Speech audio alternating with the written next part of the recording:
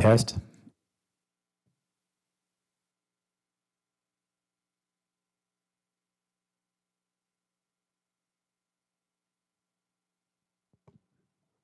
We are going to go ahead and get started. Our very first honoree is running just a few minutes late, so we will jump ahead, but if the governing board members would like to come forward.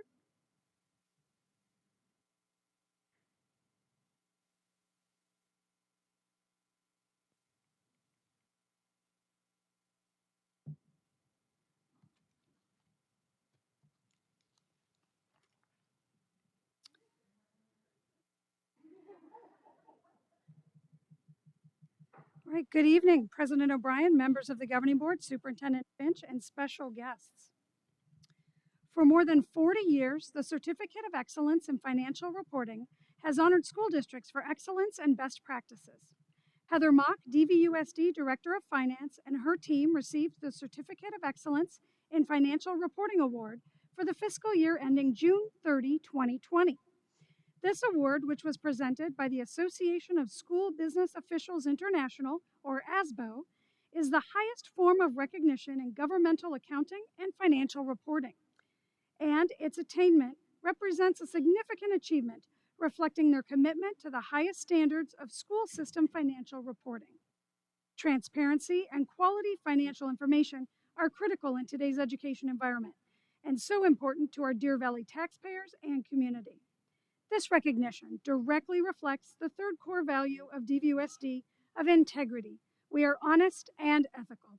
Congratulations on receiving the Certificate of Excellence in Financial Reporting to Heather Mock and the DVUSD Finance Department.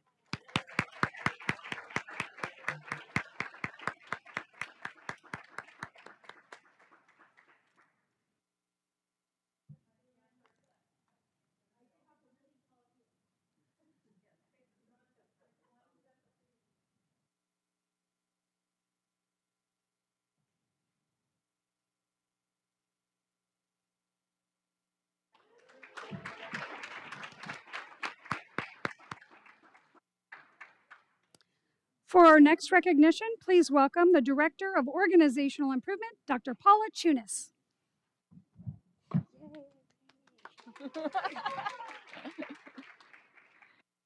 Good evening.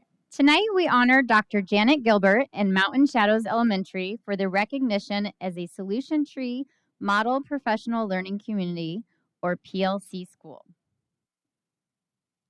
For more than 20 years, Solution Tree Resources have worked with K-12 teachers and administrators to create schools where all children succeed. Joining us tonight to help present this recognition are Dr. Craig Nixon, Solution Tree's Regional Vice President, and Michelle Cook, Solution Tree's new Director of Educational Partnerships for Arizona.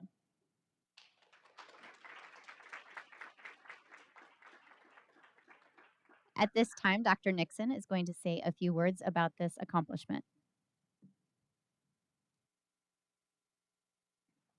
Thank you.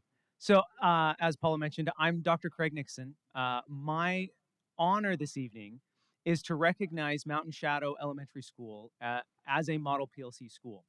In order to become a model professional learning community school, 3 years of data have to back up that a school has worked collaboratively toward the increasing of their students' advancement.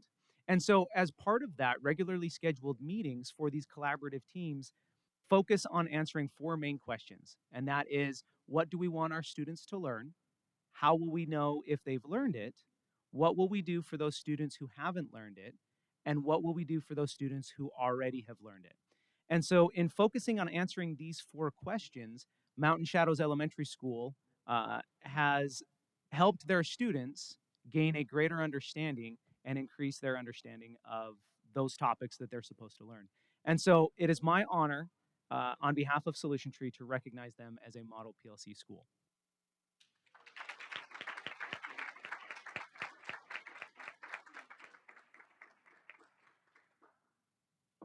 Thank you so much, Dr. Nixon. Congratulations to Dr. Janet Gilbert and her Mountain Shadows staff.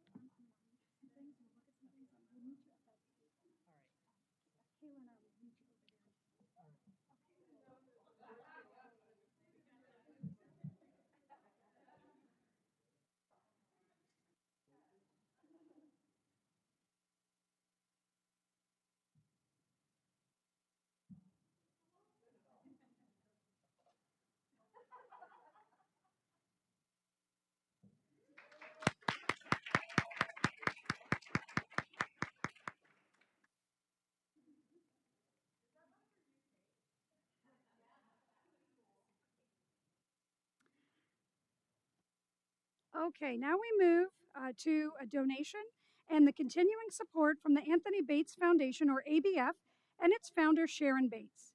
DVUSD recently received a donation of 24 CPR mannequins and 12 AED trainers from the foundation. Sharon started the Anthony Bates Foundation after its namesake and Sharon's only child, who died from undiagnosed hypertrophic cardiomyopathy, or HCM. Anthony was an honor student, an Eagle Scout, and a Division I college football player at Kansas State University. He started playing football when he was 9 years old and played other sports throughout his youth, including baseball, soccer, wrestling, but football was his true love. Each year, he was required to have a pre-participation sports physical. Heart examinations are not part of this annual process. Anthony's HCM might have been detected when he had an EKG in conjunction with surgery on his finger, but there was no detection of his heart problem then either. Though EKGs are required in surgery, 10% of people with HCM have normal EKGs. Apparently, Anthony must have been in that 10%. Sharon began working with the Hypertrophic Cardiomyopathy Association to educate parents and to make sure no other parent had to experience what she did. Sharon started holding cardiac screenings, programs throughout Deer Valley and nationwide, as well as fundraising for CPR training equipment for schools to teach the importance of CPR. Her recent donation was accepted by Sandra Day O'Connor High School sports medicine teacher Melissa Portella with coordination from District Fine Arts Specialist Anna Backstrom. The purchase of the CPR training tools is made possible through the donations received during ABF's heart screenings.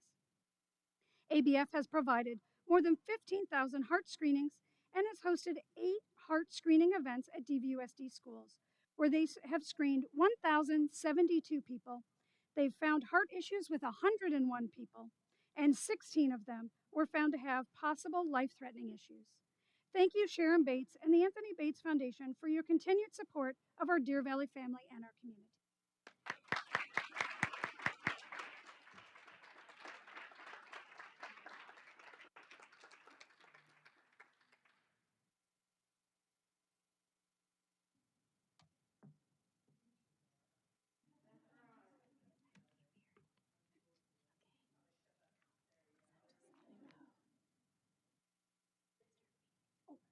Oh, wait on the background. There you go.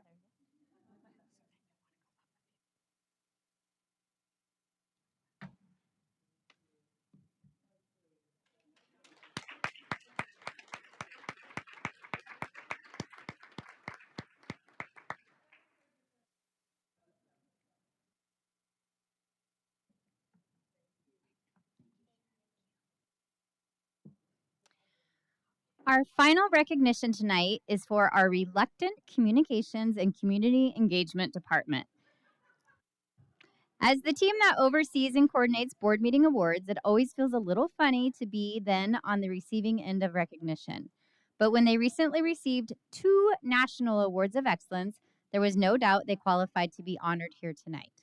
Their first award of excellence, presented by the National School Public Relations Association, is for distinguished achievement in marketing kindergarten enrollment for last year's campaign, The Road to Success Starts in Deer Valley. As they began last year's kindergarten registration campaign, the team knew they would need to think outside the box to deal with all of the challenges the pandemic offered. Drive-through events seemed to be a great way to not only get information to the families with kindergarten-aged children, but to also allow those children to actually meet teachers and staff from their soon-to-be school. Plus, future students received books, pencils, and a treat from Food and Nutrition. Combining the drive-through event format with the campaign titled The Road to Success Starts in Deer Valley seemed to be a perfect fit. The team used the campaign in print ads, online ads, direct mail, email blast, and it paid off, bringing in nearly 200 more kindergarten students this year than last year. The second award of excellence was for the financial publication DVUSD Special Report to the Community, showing a return on your investment 2020-2021. The Special Report to the Community is an annual publication mailed to all homes within the district boundaries and shares information explaining how DVUSD allocates not only bond and M&O funds, but also gives information on how taxpayer funds are spent throughout the district. The current format shares financial information with colorful graphics and photos. It also provides multiple links to find additional information if the reader desires a more in-depth look. Congratulations on National School Public Relations Association Awards of Excellence to Monica Allred and her extraordinary communications team.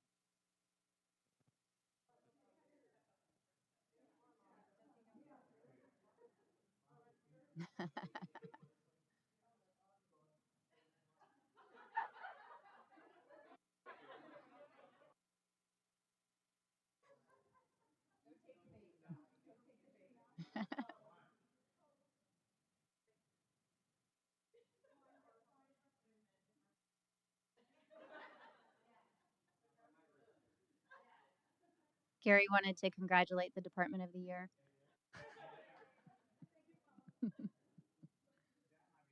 Monica wrote it in. She writes the script, just kidding.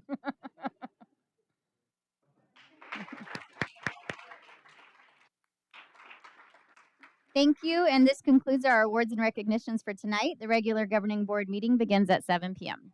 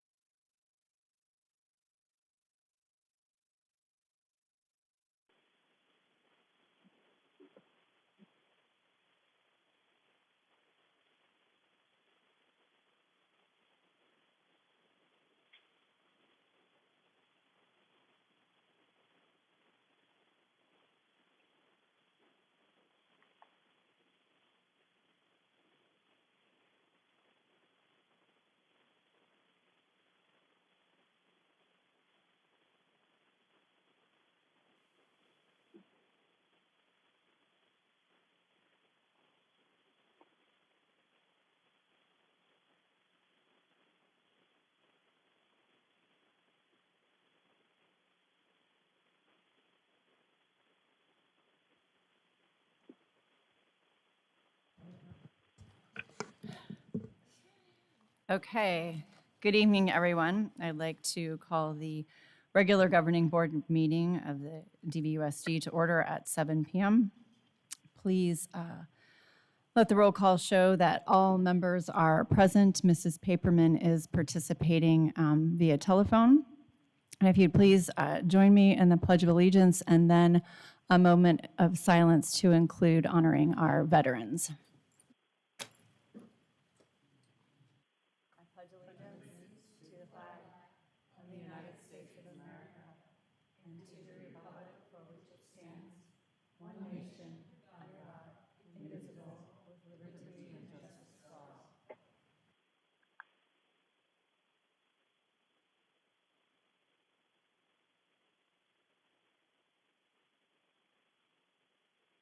Thank you. You may be seated.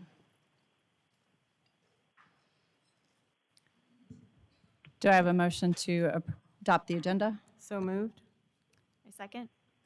All those in favor, please say aye. Aye. Aye. Any opposed? Oh, we have to unmute Jenny so we can hear her. Mrs. Paperman? Mrs. Paperman?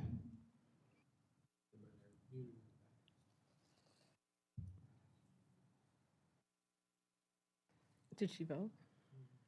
We haven't, I haven't had the vote come up on our screen.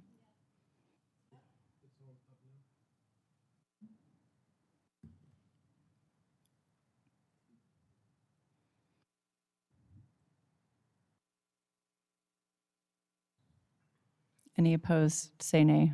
There it is. Please register. Mine is not popped up There yet. it is. Did yours come up? Okay. And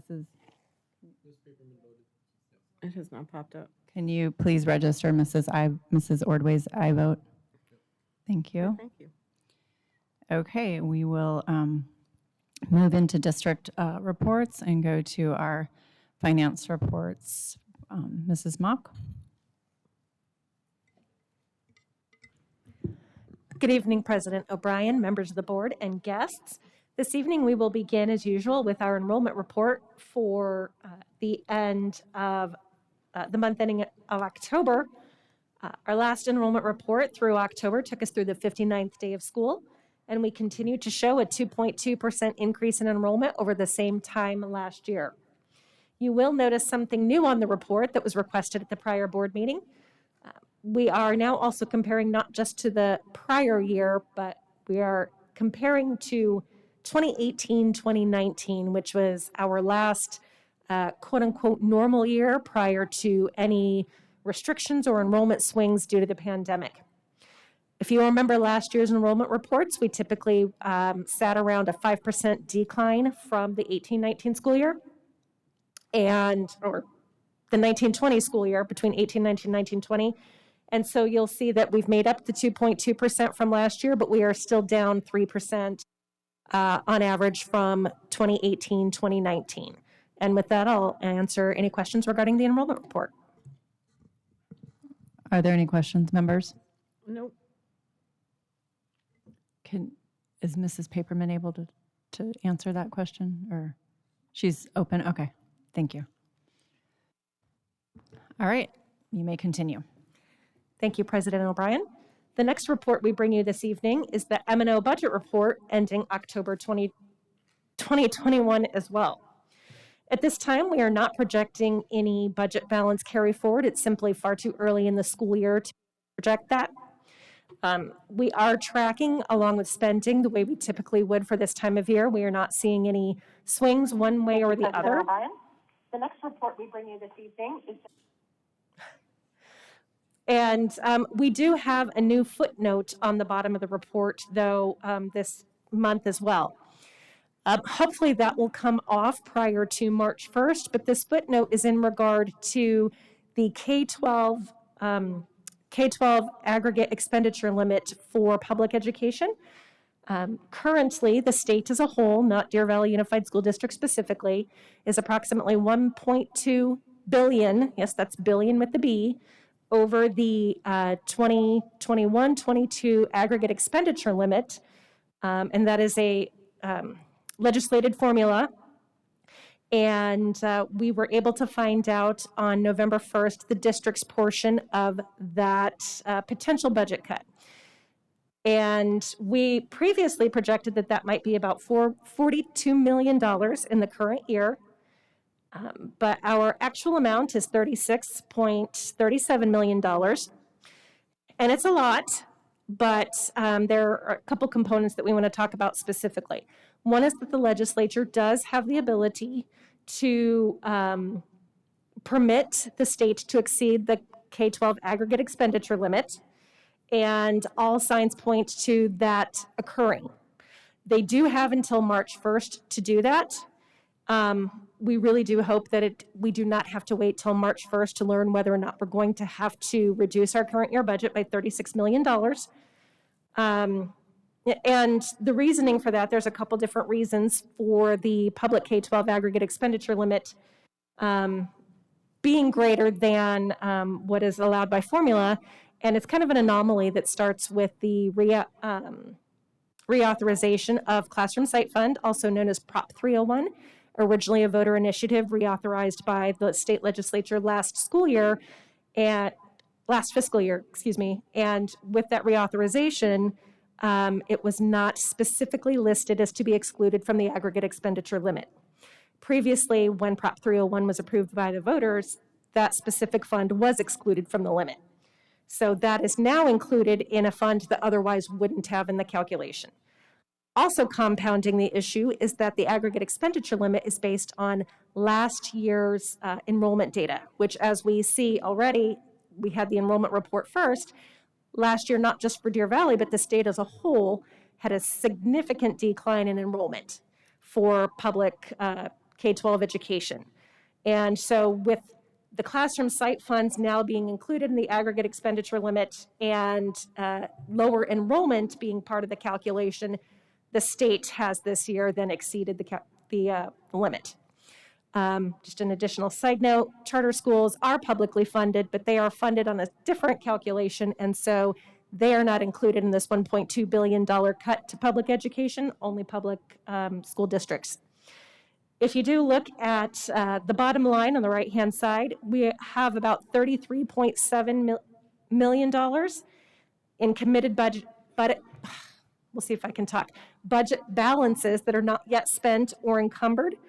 So even in the extreme situation that perhaps the legislature did not approve the override to the aggregate expenditure limit, between what we already have kind of the ability to hold on to and with our federal funds that we still have available to us as well, we do believe we would be able to manage without making any budget changes for this school year.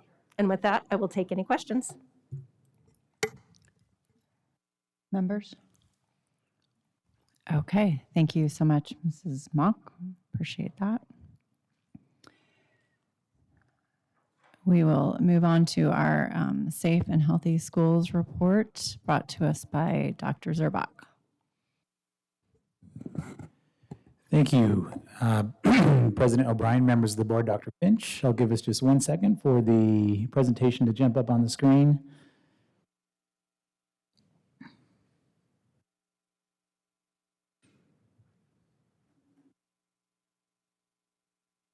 Thank you.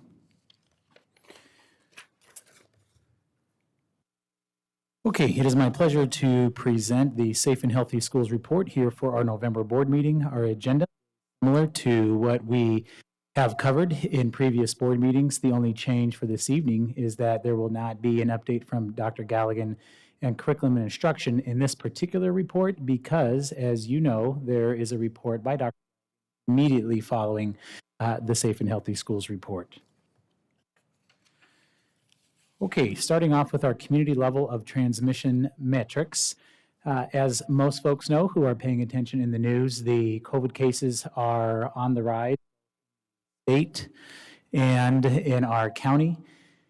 And so you can see that we had roughly a semi-sizable increase here from our last data points. And so we currently are at 221.8, so round up to 222 cases. And that puts us in the high threshold, and we have been in the high threshold for quite a long time now. For our percent positivity, you can see, just as I have described this in previous meetings, there's really not much change here. This percent usually hovers somewhere between mid-12s to the mid-14s, and so again, we find ourselves right in the middle at 13.6. Okay, on our epi count or epi curve data, this comes from the county. Again, you can see, whereas in the community level of transmission metrics, which were 2 slides for the zip codes in Deer Valley, this curve shows all cases in Maricopa County. And so you can see that there is an upward trend when you look at the most recent data points, and the rate of increase is starting to accelerate a bit for us. As for our EpiCurve data in our age-specific case counts, again, you can see whereas we started coming down on a downward trend there for a while, it then became stable, and now is starting an uptick again. And again, that is for the county overall. With our dashboard, just a reminder, as I always do for anyone who is joining us for the first time, we do publish our current and active COVID cases at all of our sites, including a couple of district office locations. That's at a very friendly URL, which is listed at the top of this slide. And so you can go there on almost every Monday around 3 to 4 p.m., and you can see our updated counts. This slide here gives you a snapshot, or I call it a running snapshot of the most recent 6 weeks. Again, as I have multiple times commented to you and to the community, our internal numbers correlate quite strongly with the overall county numbers. So when we see county numbers that are going up, we tend to go up, and vice versa. So here you can see, if you transpose this with the EpiCurve that I showed on a couple slides prior to this one, you can see that our case count was going down just like the overall county one was. And then now with our increase in the slope for the overall county increase, we too are seeing that reflected in our schools. The impact on operations slide. This slide shows our statistics that we have for the prior weeks before our last board meeting. So you can see here how many cases that have been likely transmitted at schools. You can also see the number of quarantines that we have had in the last 3 weeks. And then as far as some of the operational adjustments and the magic that our administrators and our front office staff pull off to make sure that our schools can continue with in-person operations, we can see that this number has increased as well as far as some of the adjustments that they've had to make. And of course, that does make sense when you know that some of the cases are on the increase, because when the student numbers increase, we also know, as I'm looking at my partner over here, that our staff numbers tend to increase as well. And we are seeing that currently. And so when that happens, then we know that adjustments have to be made. Okay, for our COVID-19 testing opportunities, this slide is a very important slide for our families. So if you were not aware, the district office does have a community partner. And so we offer testing on Mondays, Tuesdays, and Wednesdays from 11 to 2. In the start, when we first began doing these testings, this was at the start of the year when there was quite a bit of COVID in the community. The lines were quite long. Our lines right now are not long, and so I encourage those community members who are listening in or who know of folks who may be asking about opportunities to receive COVID testing to let them know that the district office does indeed offer that. It's very convenient, it's quick, and you can see it's multiple days per week. We will continue to do that even in the week of Thanksgiving, but you can see that we will not do that on the Friday of that Thanksgiving week. We also have our home test kit supply. I have commented on this as well in previous Safe and Healthy Schools board updates and in our board reports. We use the Buy Next Now from the county. We also, with the help of Ms. Mock, have some of our own procured Buy Next Now along with our Quick View tests, and we continue to receive those supplies. Those supplies also will come in handy for the Human Resources Department, as we know that it is likely in the upcoming weeks that our number of symptomatic individuals could increase given the number of congregate settings that will occur. And so we are making sure that we have an ample supply of our quick test kits so that our staff members have access to that. And we know which ones are going to need to isolate and or quarantine, and then which ones would be able to continue with our schools. Okay, previewing November and December, again, cases are up. This is likely to continue. Our community can help by doing these two very important things: not sending children to school when they are awaiting COVID-19 test results. We are seeing a slight uptick of situations when parents are sending their kids to school, even though the students are awaiting test results. When that happens and a positive test comes in, it does result in quite a bit of work that the administrative team at this school needs to do, when if we could wait for those results to come back, that would help us quite a bit before sending the child to school.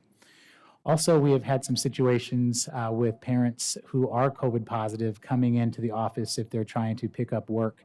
And so we ask that those parents, if you are COVID positive, to not come inside the school offices. That parents, if you could call the front office and make arrangements in order to pick up work, that would greatly help us with our operations. And we thank you for that cooperation with us. And then, as I stated at the last board meeting in October, I do want to reiterate, because I know how important this is to the community, but to our staff as well, that we are actively seeking alternatives to keep more of our children in school for more of the time. And so I work with Maricopa County, I work with the state, along with other members of the cabinet team and the DVUSD administration, working with officials to see how we can keep more kids in school. And so I look forward to hopefully providing more information in future board meetings on this. Okay, the vaccine update is a big one. For those of you who are reading the news, you know that the vaccine for children ages 5 to 11 was approved both by the FDA and the CDC. And we are offering 3 opportunities for our community to receive that vaccine if they so choose. We are calling those mini pods. And those pods will be located at Constitution, Sunset Ridge, and Terramar. And they will occur tomorrow on Wednesday, and they will occur after school. we have seen quite a demand as all of our slots were full with basically within the first 24 hours of us sending out communication to our families. And so, although there are no slots remaining, we sent a communication to our parents with a link to the state vaccine finder so that those who need help finding other opportunities for the vaccine could do so. And our events will be focusing on the pediatric vaccine.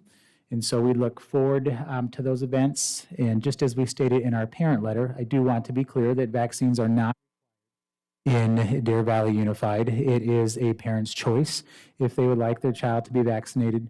And at the same time, we do want to make sure that some of our schools have a convenient place for that if the parent would like to do so. And I would like to thank, I wrote down in my notes here, a couple of folks for this. I want to thank Valerie Bolis. I want to thank Jackie Duarte. I'd like to thank the principals of these three schools and also all of the staff who are working this, as this certainly is additional hours on their day that are required. Okay, DVUSD communication. Again, you will recall from our last board report that I informed you of the number of both parent and staff communications that we've had, and there have been numerous. We did have, since our last board meeting, another opportunity to inform influential members of our parent community, and those are our PTA presidents.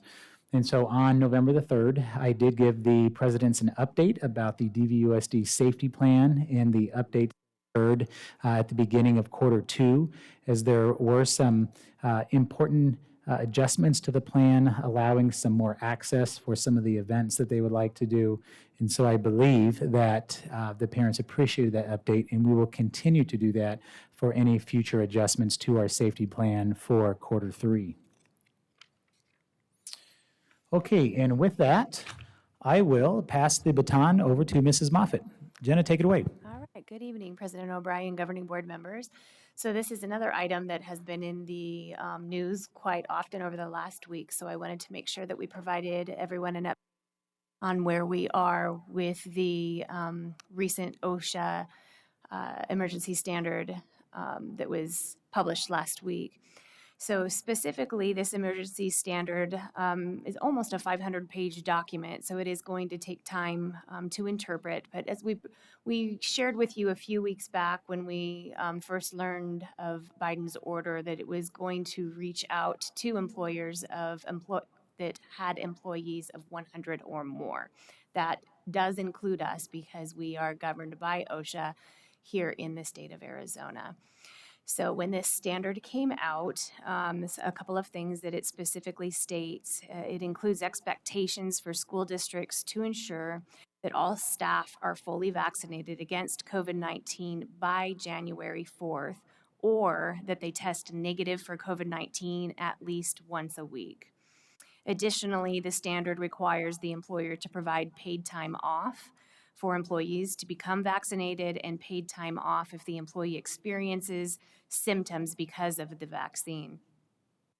Soon after, I believe it was the same day, the Arizona Industrial Commission quickly responded. It's their responsibility over the last 40-some years when OSHA does put out an emergency standard. It's their responsibility to read through that document, interpret the document, and provide direction to the employers. So we knew at least we would be waiting for the Industrial Commission to provide us some specific guidance. They also have a 30-day wait period to do that. But soon after, over the weekend, I'm sure you saw in the news that Arizona, including many other states, have filed suit because of this order, and there's currently a stay order.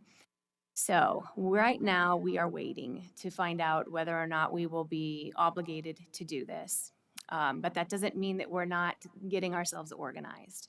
So we are preparing in human resources. We are working, of course, with Gary. We'll be working with Nurse Jackie to look specifically really at the testing requirement. Finding out which employees are vaccinated and not vaccinated is not a difficult task, but making sure that all employees who are not vaccinated can be managed and attend weekly testing, and that we have the ability to record that weekly testing is a bigger job. So we're beginning to work on that now. So we will keep you updated, and we will continue to keep our employees updated as we learn more. And then my last slide, as always, I put in here a reminder to our employees regarding reporting. I would also like to point out we've had quite a few questions recently, both from administrators and employees, regarding the guidance that we are required to follow. So this is just a reminder that our employees fall under essential worker guidance. And what that means in short is that we evaluate someone's level of exposure to COVID. So if they're symptomatic, of course, and they test positive, they are put into self-isolation. Quarantine, on the other hand, we have more flexibility, and we are able to evaluate level of exposure. And a high level of exposure would cause us to put someone in quarantine. And then we follow the vaccination guidance and non-vaccination guidance for that quarantine. So in other words, a vaccinated employee, we would test 3 to 6 days from exposure, where a non-vaccinated employee would be testing 6 days after exposure. But if the exposure is minimal, then we have the flexibility to put the employee back on the field. So I would invite any of our employees that have further questions regarding that to call us, and we'll walk them through the process. Thank you, Jenna. And with that, President O'Brien, our Safe and Healthy Schools report has concluded. We can certainly field questions. Thank you, Dr. Zerbach. Questions?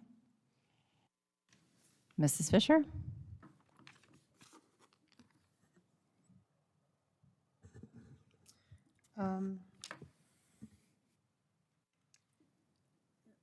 Just since it's mostly about COVID, I will go ahead and one of the concerns that parents continue to have is the quarantining. And they continue to be told by the county Department of Health that it is not them requiring it. Can you provide anything to the contrary for our community, either on our site, or give them a better number to call?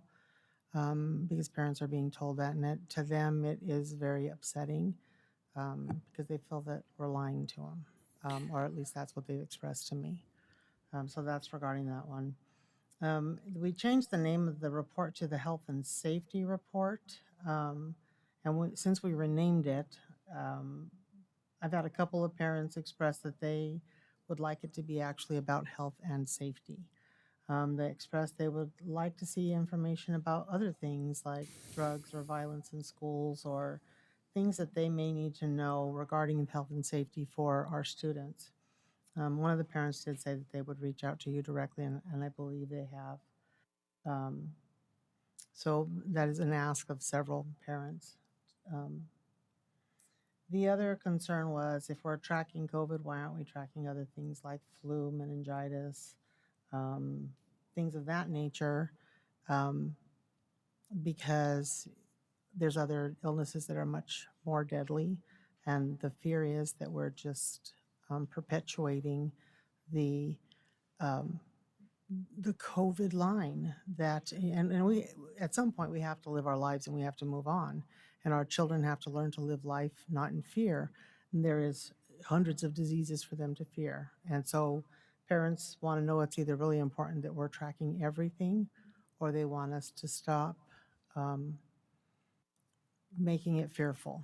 Apparently other districts such as Dysart have not made it fearful. I don't watch Dysart, so I don't know that to be true or not, but that was the concern.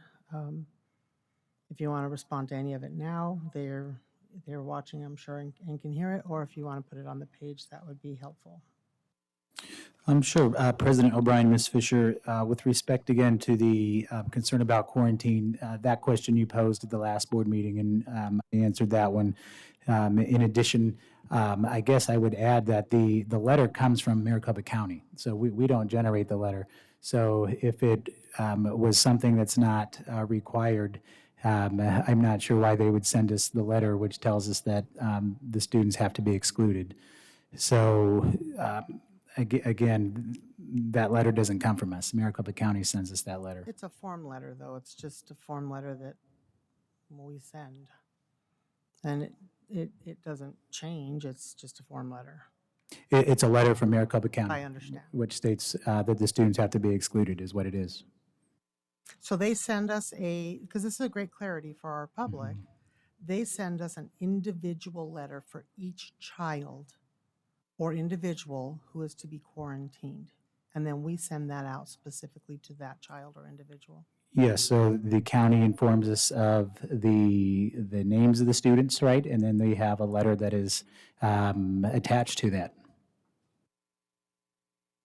And then as for your next two pieces, the second one about the Safe and Healthy Schools report, thank you for sharing it, about what some community members have told you.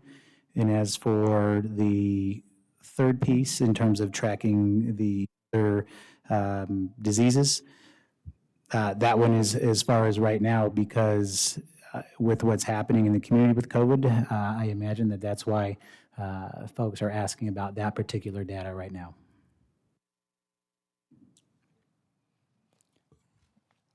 We lost Ms. Paperman. We're going to call her back.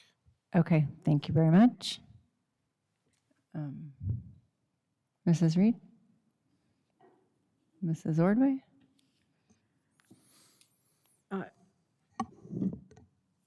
So we had 1,762 students quarantined. And had we perhaps required indoor masking, do you think that that number would have been drastically reduced?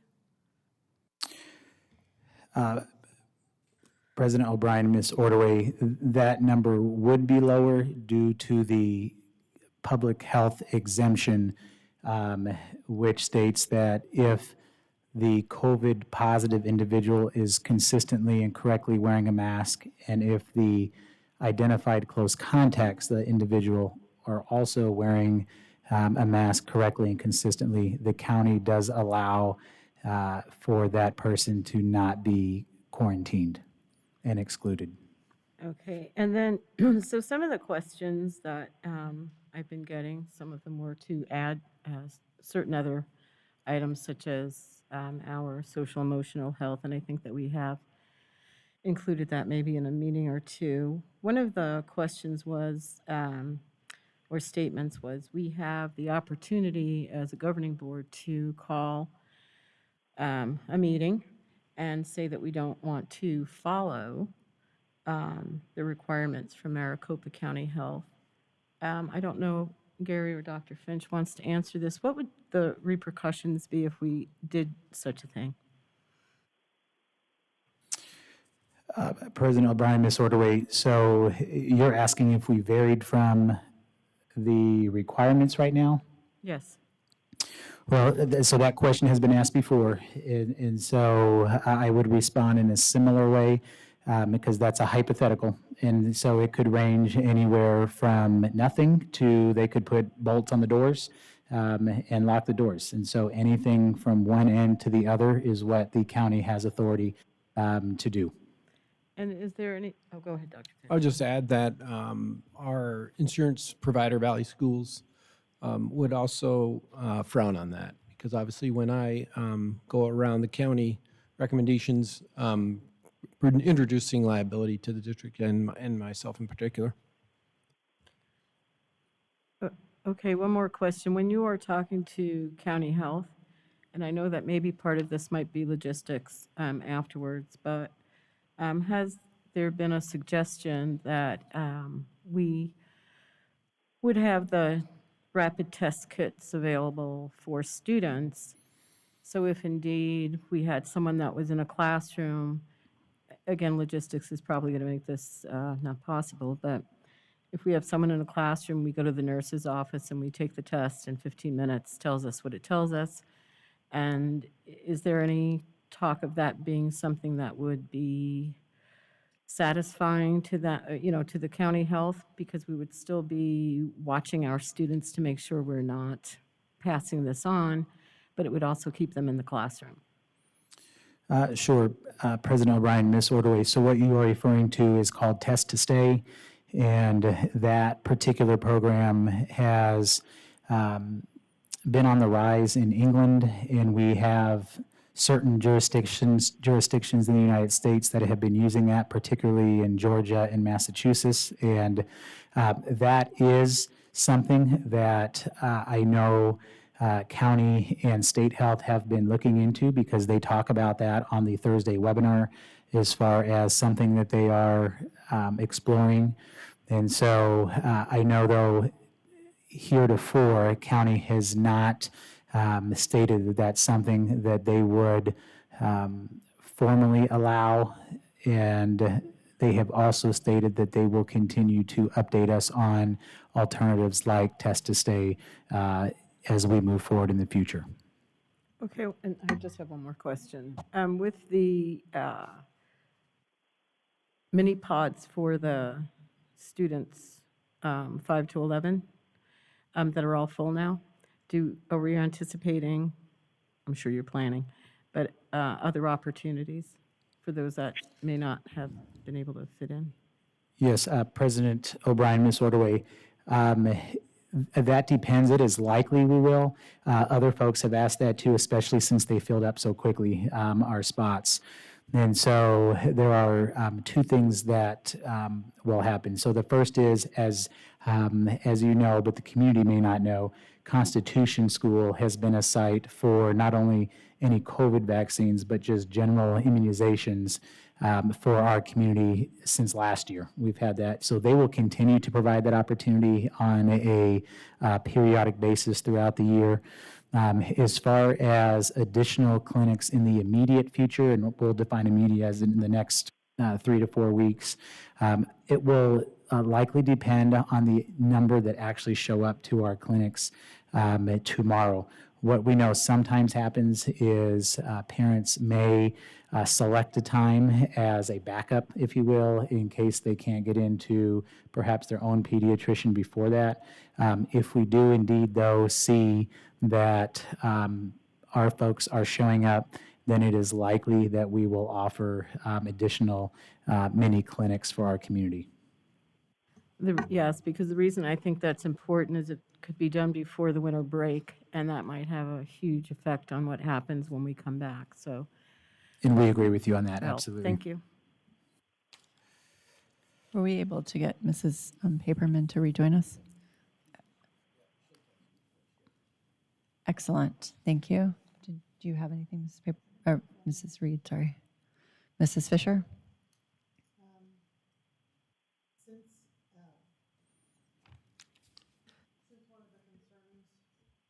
Is liability. If a student is to have a severe reaction or even a delayed reaction, such as hardening of the heart or something of that nature from these immunizations as we've seen, what is the liability to the district, being that we have held them here on our campuses and have encouraged them? Yeah, that'll be, if we follow all the guidelines, we'll be protected. It's Is- when we wing is it, that it's in when we get in writing? trouble. Is that in writing somewhere? I can get it if you'd like. I guess, as a If it's under to our the rider. point, Mrs. Fisher's question is that, if I recall in the slides, if you could go back to that slide where we have our folks coming, the second to last bullet point says parents must be with their children to receive the vaccine. So I would presume that they would have to sign the permission slip. So Correct. we're only offering an opportunity, correct? And we're certainly, as a district, not mandating it, requiring it in any way. We're certainly just offering an option if parents want to bring their children. Correct. It'll And be- we also have, if I may, President O'Brien, we have nurses that are available at our 3 sites, Constitution, Sunset Ridge, and Terramar. And our partners also bring Mrs. Fisher folks with them as well to help support. Right, no, and I understand we're just offering it, but we've offered lunch and had get injured and been sued. We've offered other things, football and other things, and it doesn't prevent the district from having liability. Oh, yeah. Even though there are, an abundance of waivers. And this is a very significant, we're not just providing it there. Everything that we do encourages it. The questions of, well, if they mask and vax, do they have to quarantine? No, they don't. If they do this, those types of things are, to some parents, are very coercive. And my concern is that, is the district as a whole. Right, and certainly anybody can sue anybody for anything under circumstances, but I do want to clarify, Deer Valley is not the provider of the vaccine, correct? Correct, President O'Brien. So again, a couple items to reiterate there. One, we are not the provider of the vaccine.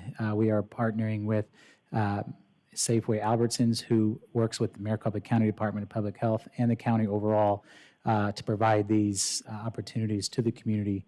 And just again, the parents do have to be there with the child or the children to receive the vaccine. A student cannot get that without a parent present. Okay, did you have a further question or clarification? And okay, and I just would like to say thank you for your continued efforts in trying to, in working with Maricopa County Public Health Department in trying to find an alternative solution. I know that it's frustrating to our families and community members, the quarantine policy. I think that, everybody in the district is interested in having our kids in the classroom learning where we know that the best learning happens if that's where their parents, have chosen for them to learn in our classroom. So I know that our staff is working diligently, led by, Dr. Finch and Dr. Zerbuck. So thank you so much for that. We hope they will have some other considerations sooner rather than later for us. And really just, I know that our staff is working many, many hours all across the district. And thank you to everybody who is trying to make sure that all of our students are doing their best to learn and achieve, and all while keeping everybody healthy and safe as well. So thank you again, Dr. Zerbach and Mrs. Moffett. My one last question is maybe if I am a parent and I need to report a COVID case, I can call the nurse, or is that the best way to do it, to call the nurse, call my school? For that, President O'Brien, the easiest thing to do is they could do that. They could do just that. If they know the nurse, they could call, they could email the nurse. We also have a URL, which is simply dvusd.org/COVID reporting. And if you go there as a parent, you can see a clear set of directions on how you can report both at the school and the district level. Wonderful. And maybe we could put that just as a reminder presentation. So folks, We sure will. that would be great. Thank you so much. Ms. Paperman has a question. Oh, yep, Mrs. Paperman. Go ahead. See if we can get her things to work here. I think Dean's doing it in the back.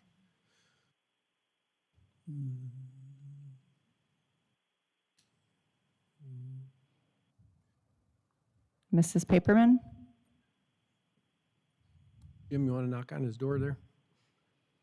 Because he's controlling the mute and the unmute from his section. She has a question. Oh, or she could Unless text it and we could ask it. she disconnected. She disconnected? It's 7:42 for disconnect.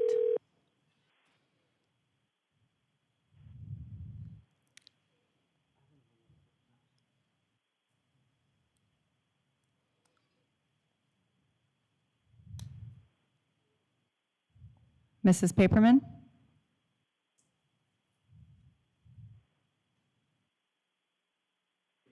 And can you hear me now? Yes, we can hear you now. Please ask your good, question. Good.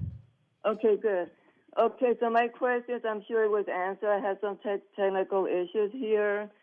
So, so I'm seeing that 1,762 students were quarantined in the last 3 weeks. So my question is to the district, are we going to look for other options to lower those numbers?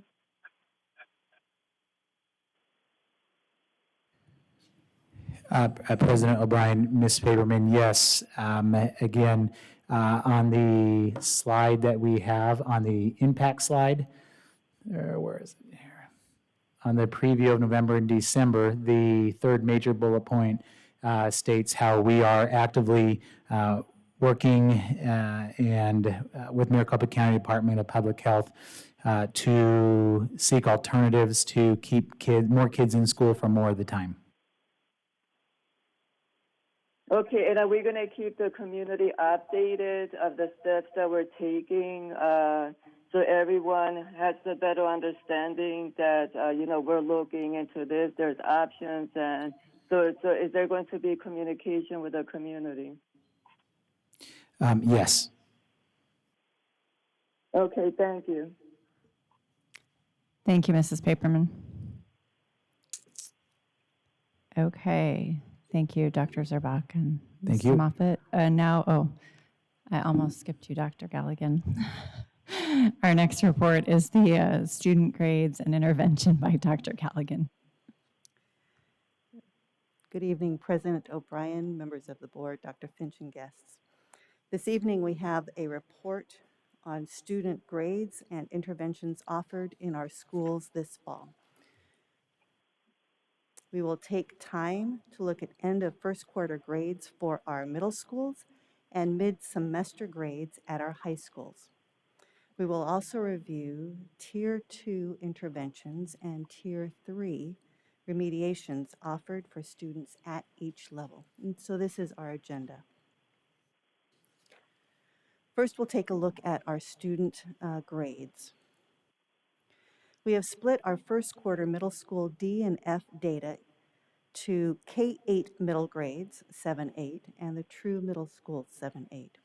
Included in the true middle school data are Highland Lakes and Aspire Online Academy middle grades. The data show the total number of Ds and Fs for each school configuration, the number of students with at least one D or F, and then the overall percentage of students with a D or F in the K-8 middle grades and in the true middle schools. So you can see where we stand. This was taken at the end of October. So you can just look at those numbers.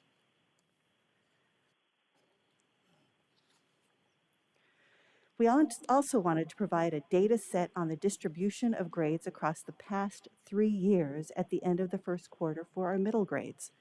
What you see here is the last year's pandemic school year, that's in blue, showed an increase in Ds and Fs across both school configurations. However, this year, that distribution of D and Fs is extremely similar to where we were in the 2019-20 non-pandemic school year. Again, you can see that the data does include for our true middle schools, the Aspire Online Academy and Highland Lakes. In addition, for our schools that are a phase 1 school with grading and reporting, the Ds and Fs for this current year also include a 0 as an F and a 1 also as a failing grade. Here are the mid-semester grades for high school. The data includes the Aspire 9-12 grade students. However, I want to emphasize that mid-semester grades cannot be considered accurate for a final semester grade. Students will have many opportunities, including projects and assignments that will be turned in by the end of the semester that will change the final grade. With that said, here are the grades at the end of October, broken again into the total number of Ds and Fs, the number of students with at least one D or F, and the percentage of high school students with a D or an F.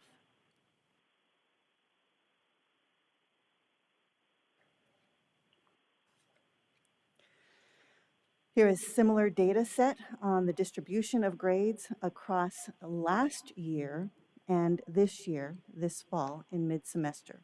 This is not easy data to actually pull together because we do, for our high schools, really just look at end of semester. What you see here is some improvement from last fall at mid-semester to this fall. We also differentiated between our traditional grade high schools, which you would see in the percent D and the percent F, and the phase 1 schools with the percent 1 or the percent 0. As mentioned in the previous slide, remember, mid-semester grades cannot be considered accurate or an accurate reflection for a final fall semester grade. These percentages will change significantly between now and the end of the fall semester.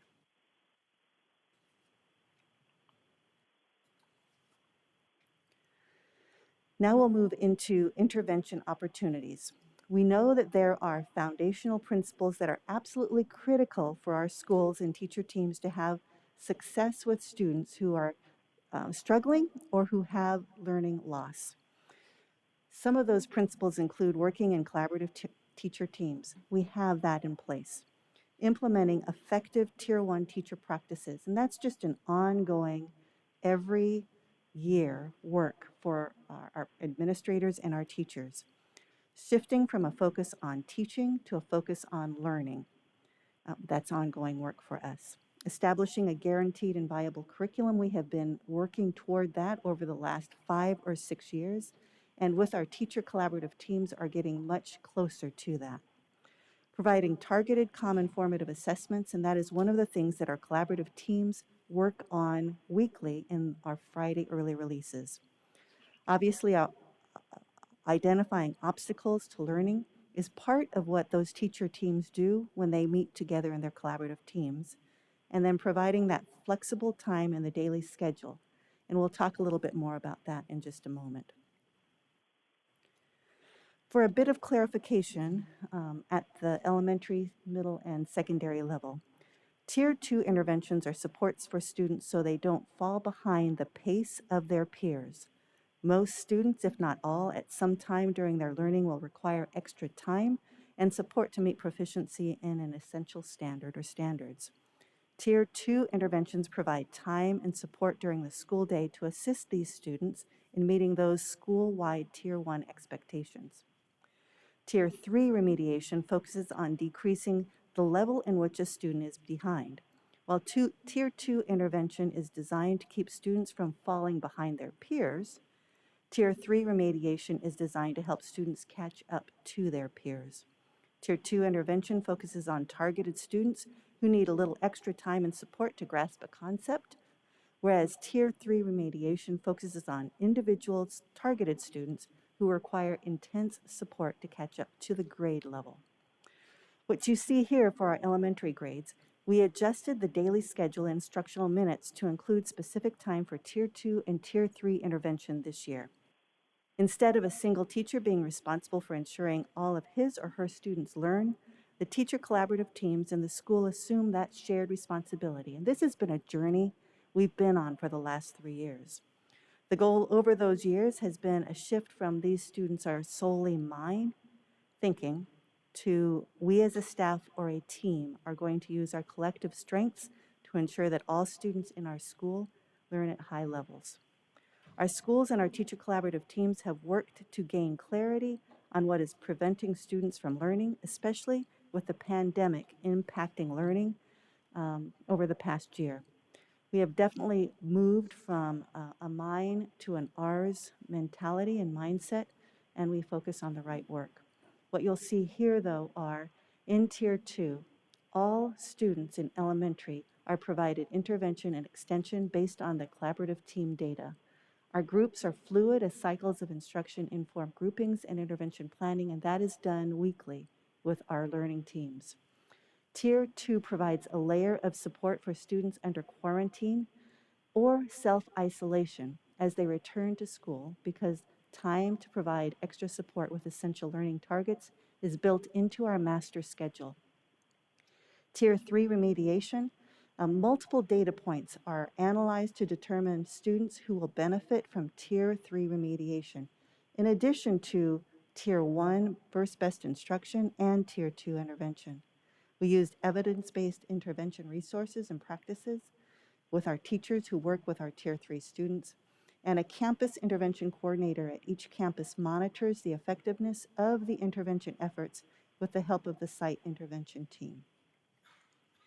What you see here is that change in the instructional calendar. So weekly, this year, our K-6 students have built into their schedule time for Tier 2 support, which is both academic and enrichment, depending on the need for each student. And then Tier 3 support is built in each day. Prior to this year, we had students who might not receive Tier 2 and only receive Tier 1 and Tier 3. Or we might have students that would receive Tier 1 and Tier 2, but need Tier 3. Our schedule did not allow us to offer all students who needed it all 3 tiers of instruction. We have that in place now at our K-6 schools and levels. What you'll see here for our middle schools, they've also been able to build in daily Tier 2 intervention time for students. Intervention is driven, again, by our collaborative teams who work to understand what the causes are for students not learning so they can develop effective interventions and supports for our students. As you can see here, our middle schools offer intervention Monday through Friday, generally for about 30 minutes, and except for our PLC Fridays with a shortened day. As mentioned before, our collaborative teams drive that work. Our Tier 2 supports are flexible, so kids move in and out as support is needed. And again, that layer of support is available for all students, whether they've been quarantined, self-isolation, or are just behind and need support with that learning. Tier 3 remains the same. We have targeted students who are part of Tier 3 remediation. That intervention is evidence-based, and our campus intervention coordinators at each of the campuses monitor the effectiveness of those interventions.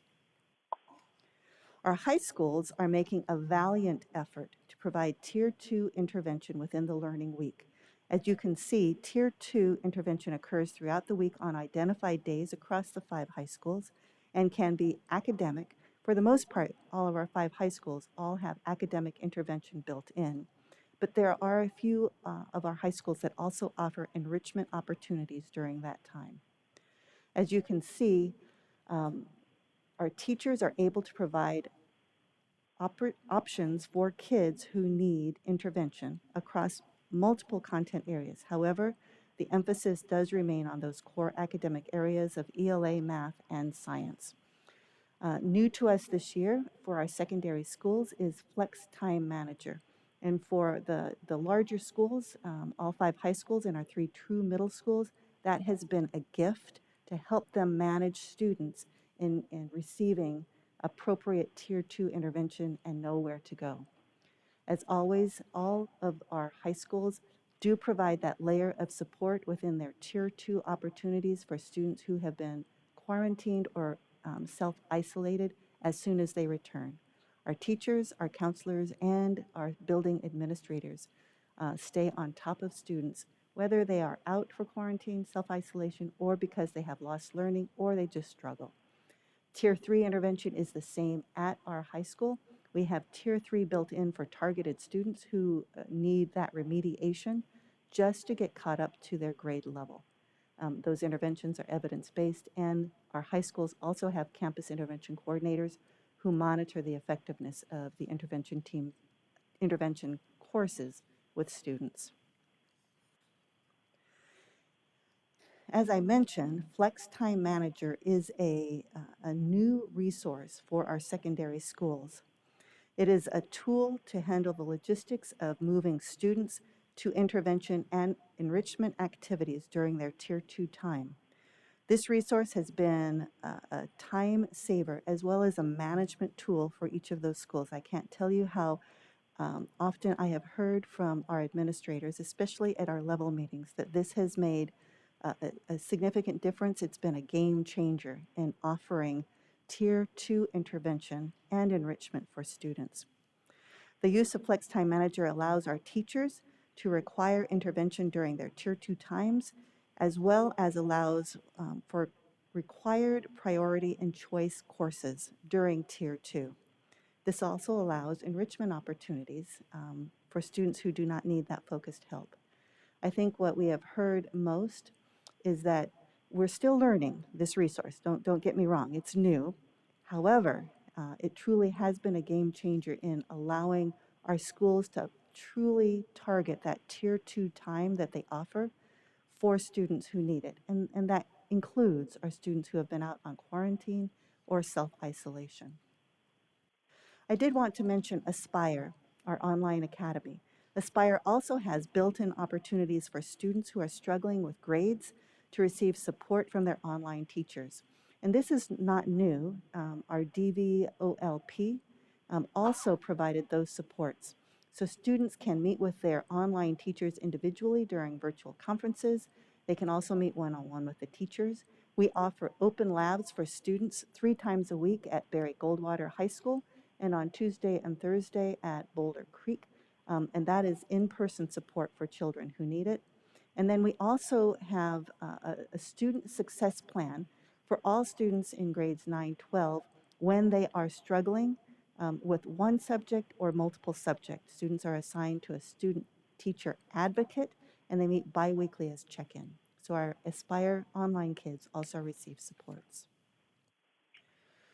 I did want to share that as of November 5th, Deer Valley had a total of 6,758 students with either a quarantine or an isolation.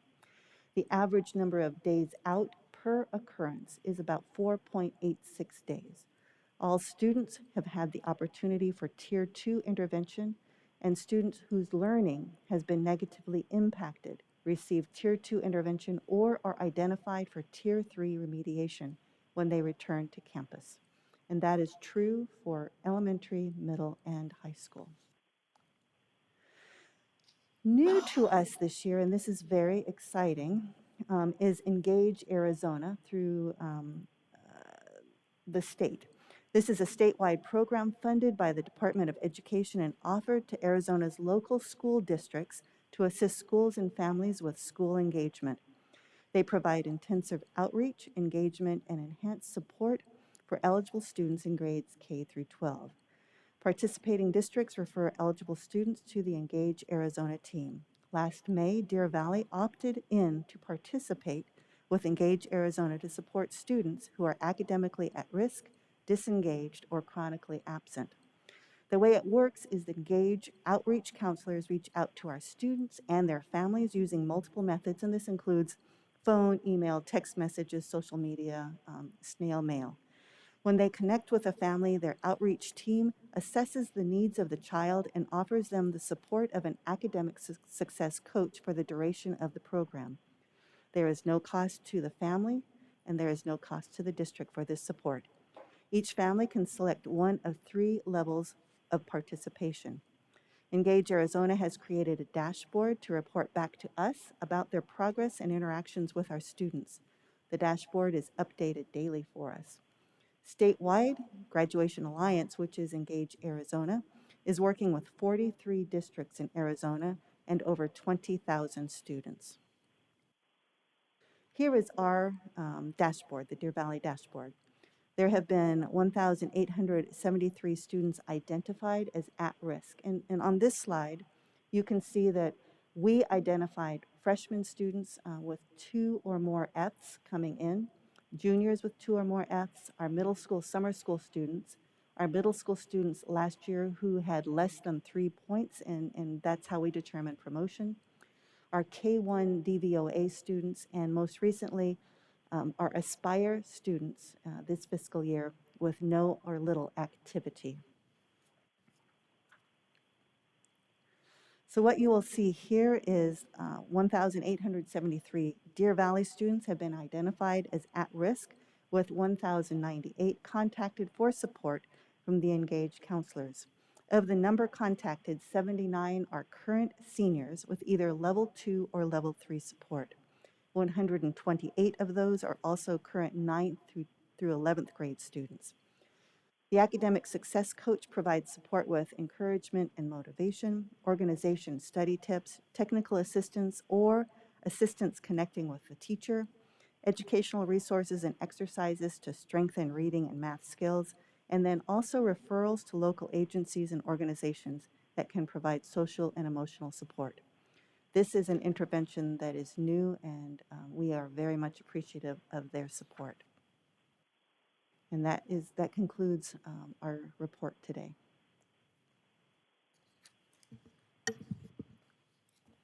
Questions? I Mrs. have a Fisher? question. Mrs. Can you hear Paperman? me? Yes. I do.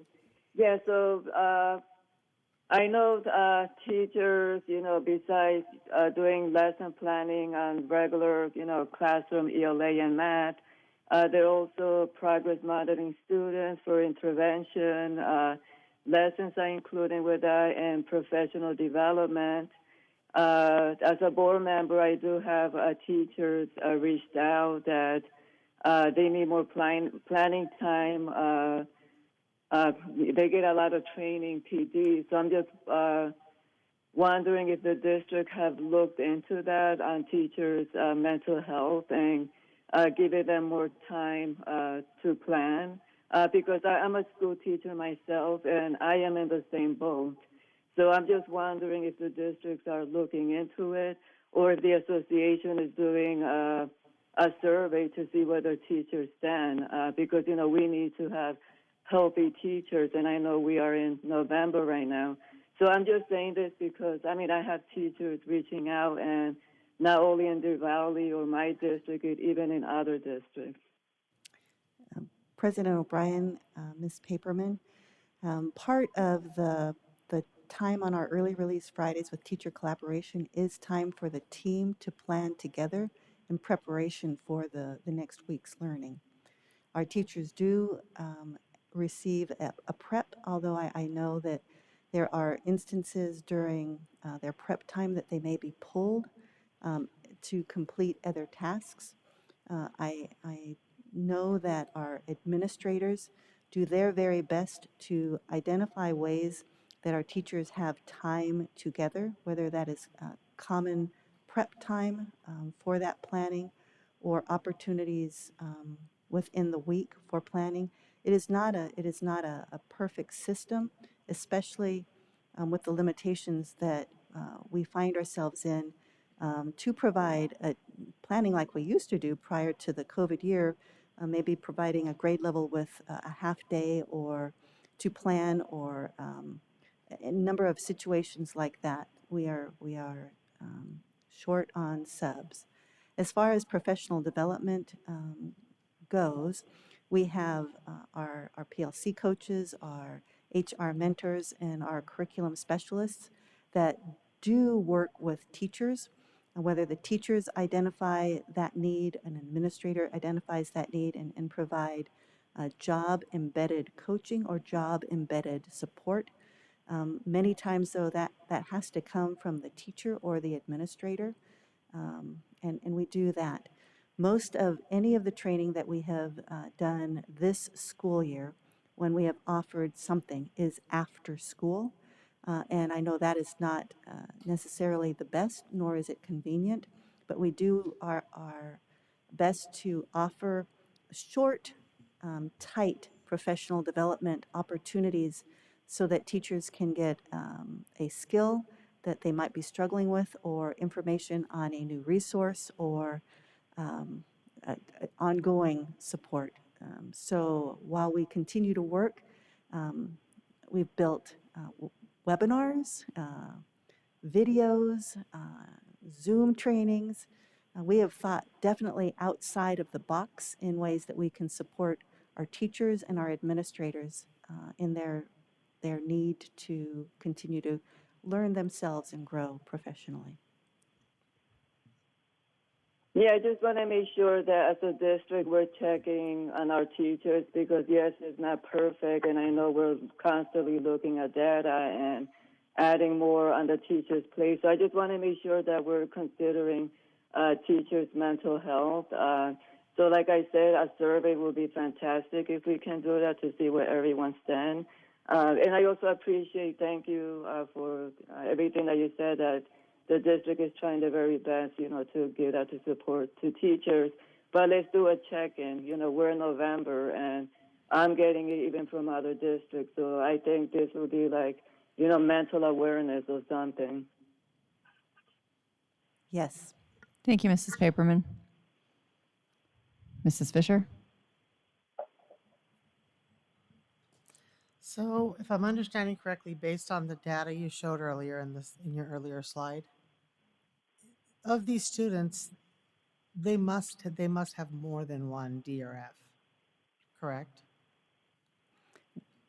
What you see here, President O'Brien and Ms. Fisher, is the student numbers that are here Mm-hmm. and Right here there. are students who have at least one. So you could take a look at the K-8 schools. The number of students is 414. There are 633 total Ds. So there would be a handful of students that would have more than one, yes. Okay. And so uh, blame game never helps anybody. So I don't blame teachers. I don't blame anyone. Um, I'd like to know, is the excessive quarantining is that being monitored? I mean, are we actually seeing how many of these students are behind because they were quarantined? Do we know specifically that was a factor?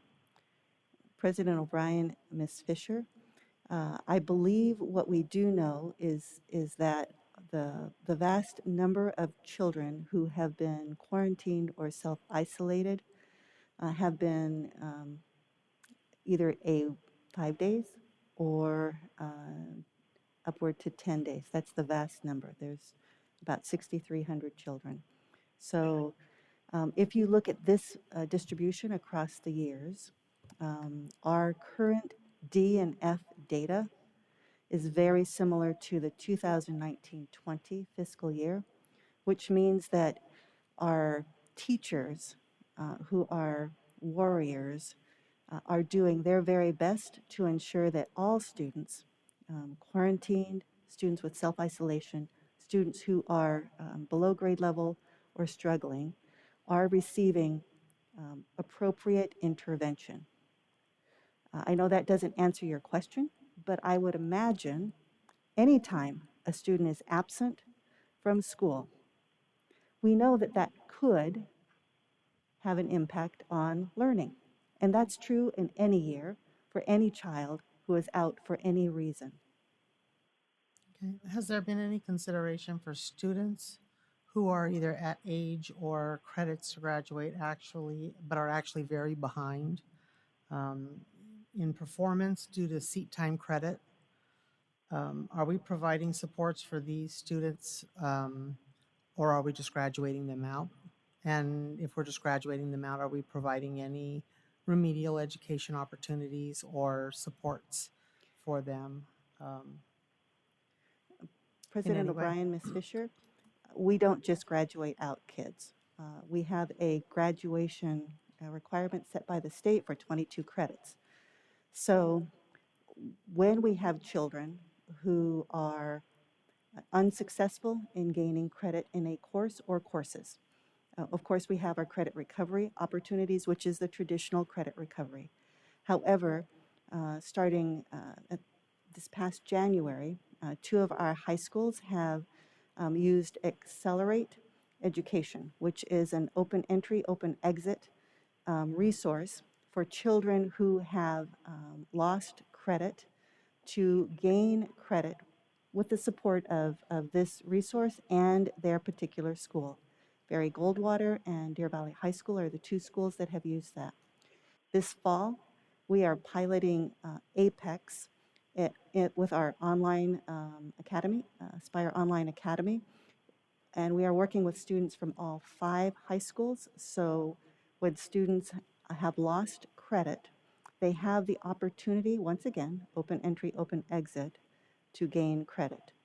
I'm more referring to the students who, either during the pandemic or during the last this year, were granted. They weren't necessarily proficient, but they were granted credit. So they now have 22 credits.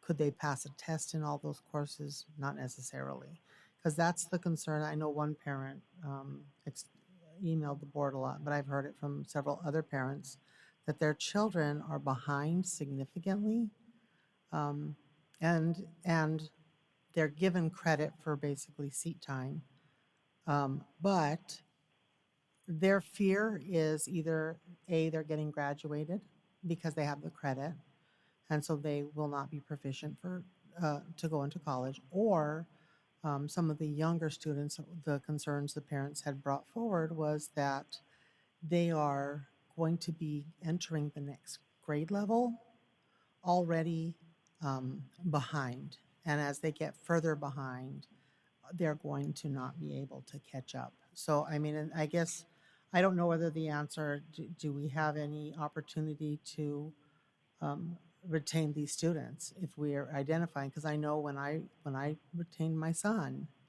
at a very young age, I had to literally fight to retain him. And I know some are told that they don't even have the opportunity because of credits received. So that's more of what I'm referring to. President O'Brien, Ms. Fisher, let me start with our elementary grades. We do have children who are retained in elementary school and in middle school. A very unique situation that has occurred due to the pandemic year is for children who were to go into first grade this year. We did work with parents who had concerns about their child either not being in kindergarten last year, or who were online, or who had intermittent attendance. In a typical year, we would have started them in first grade, just because we start kids in their grade appropriate grade level. This year, when we had parents request that, those requests went to the principal, and then the principal would come to me.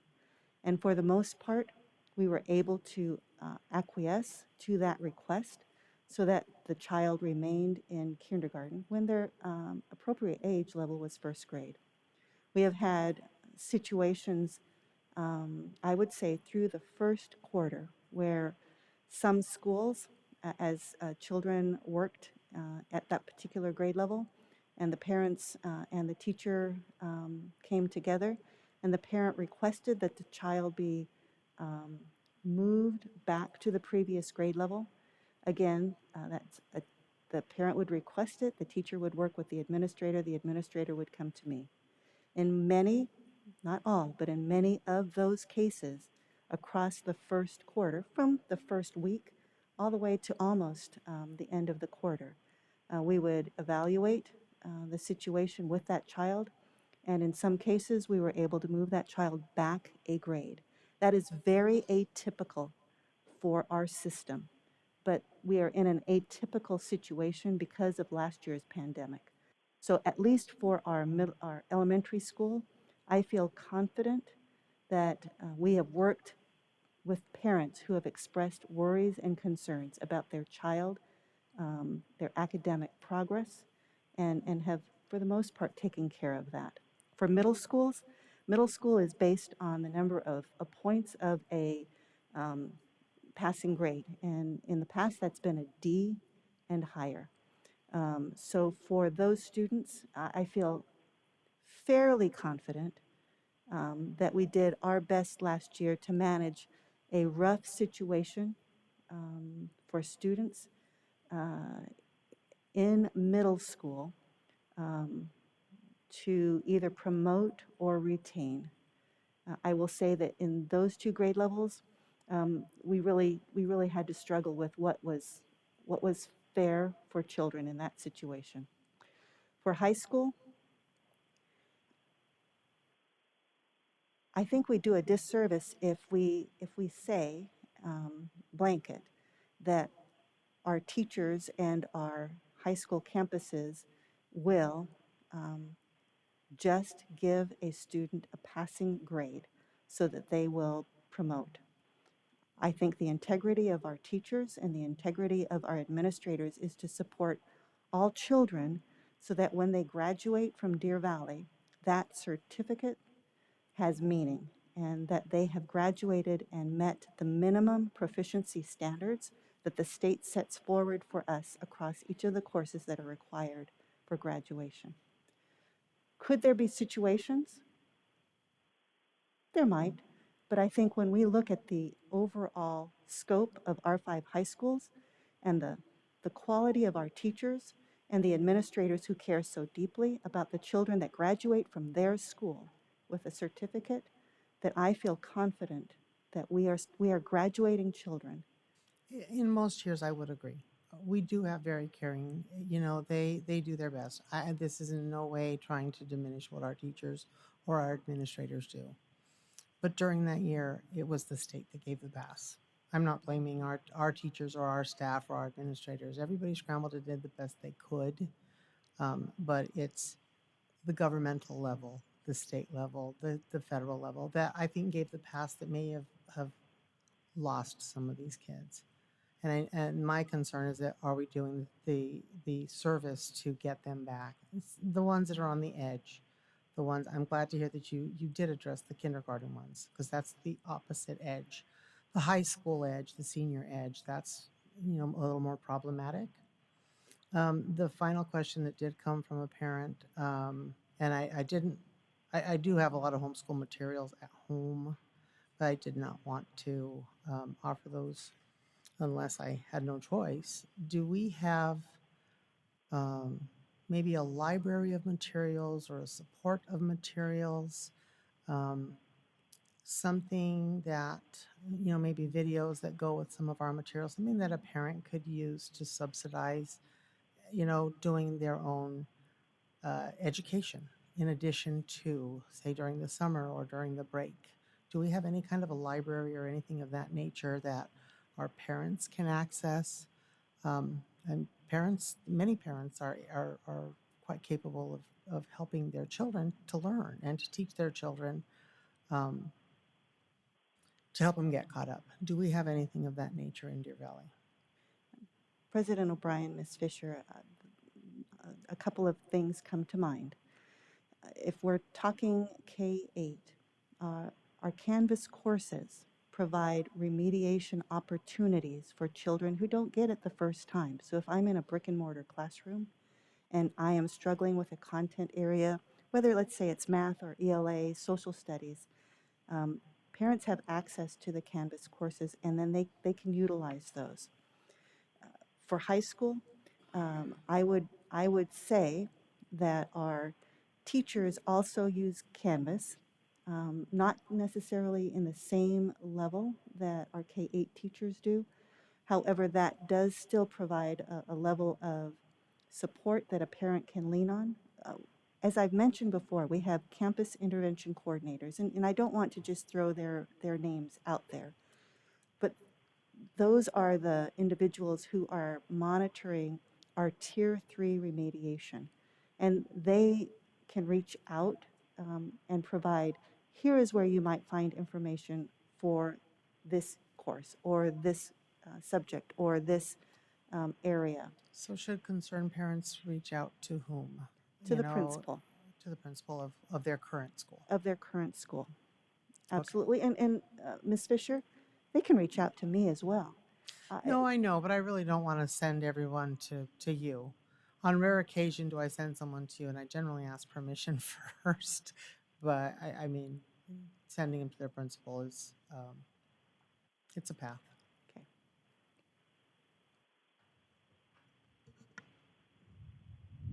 Is that all, Mrs. Fisher? That's all I have on my list. Okay. Mrs. Reed? Hi. So I'll jump in. The information you gave about Engage Arizona was really intriguing to me. I'm going to make a request that maybe you bring back this information quarterly to us just to see how many, if other students have opted in, they've been able to get a hold of more students, if some of the students have graduated out. And then also maybe see if you can get in touch with some of those families to see what kind of conventions they took part in and be able to share some of those stories with us. I think that would be very helpful. in regards to the intervention time and to Mrs. Paperman's point with planning and with PLCs, I know that sometimes at our board meetings, we get the, 60,000 foot level. And I think in these situations, it might be really helpful to hear straight from some of the teachers that are boots on the ground, and how they're using their time to work with their students, some of the struggles they're having, some of the successes they're seeing. That would be helpful to me as a board member. So I don't know if DVEA can help facilitate some of that information to us. And I know that I don't want to ask a teacher to go to do more than necessary. And I know sometimes it's really intimidating to present at a board meeting, but if we can't have some teachers present, maybe just give information to us somehow.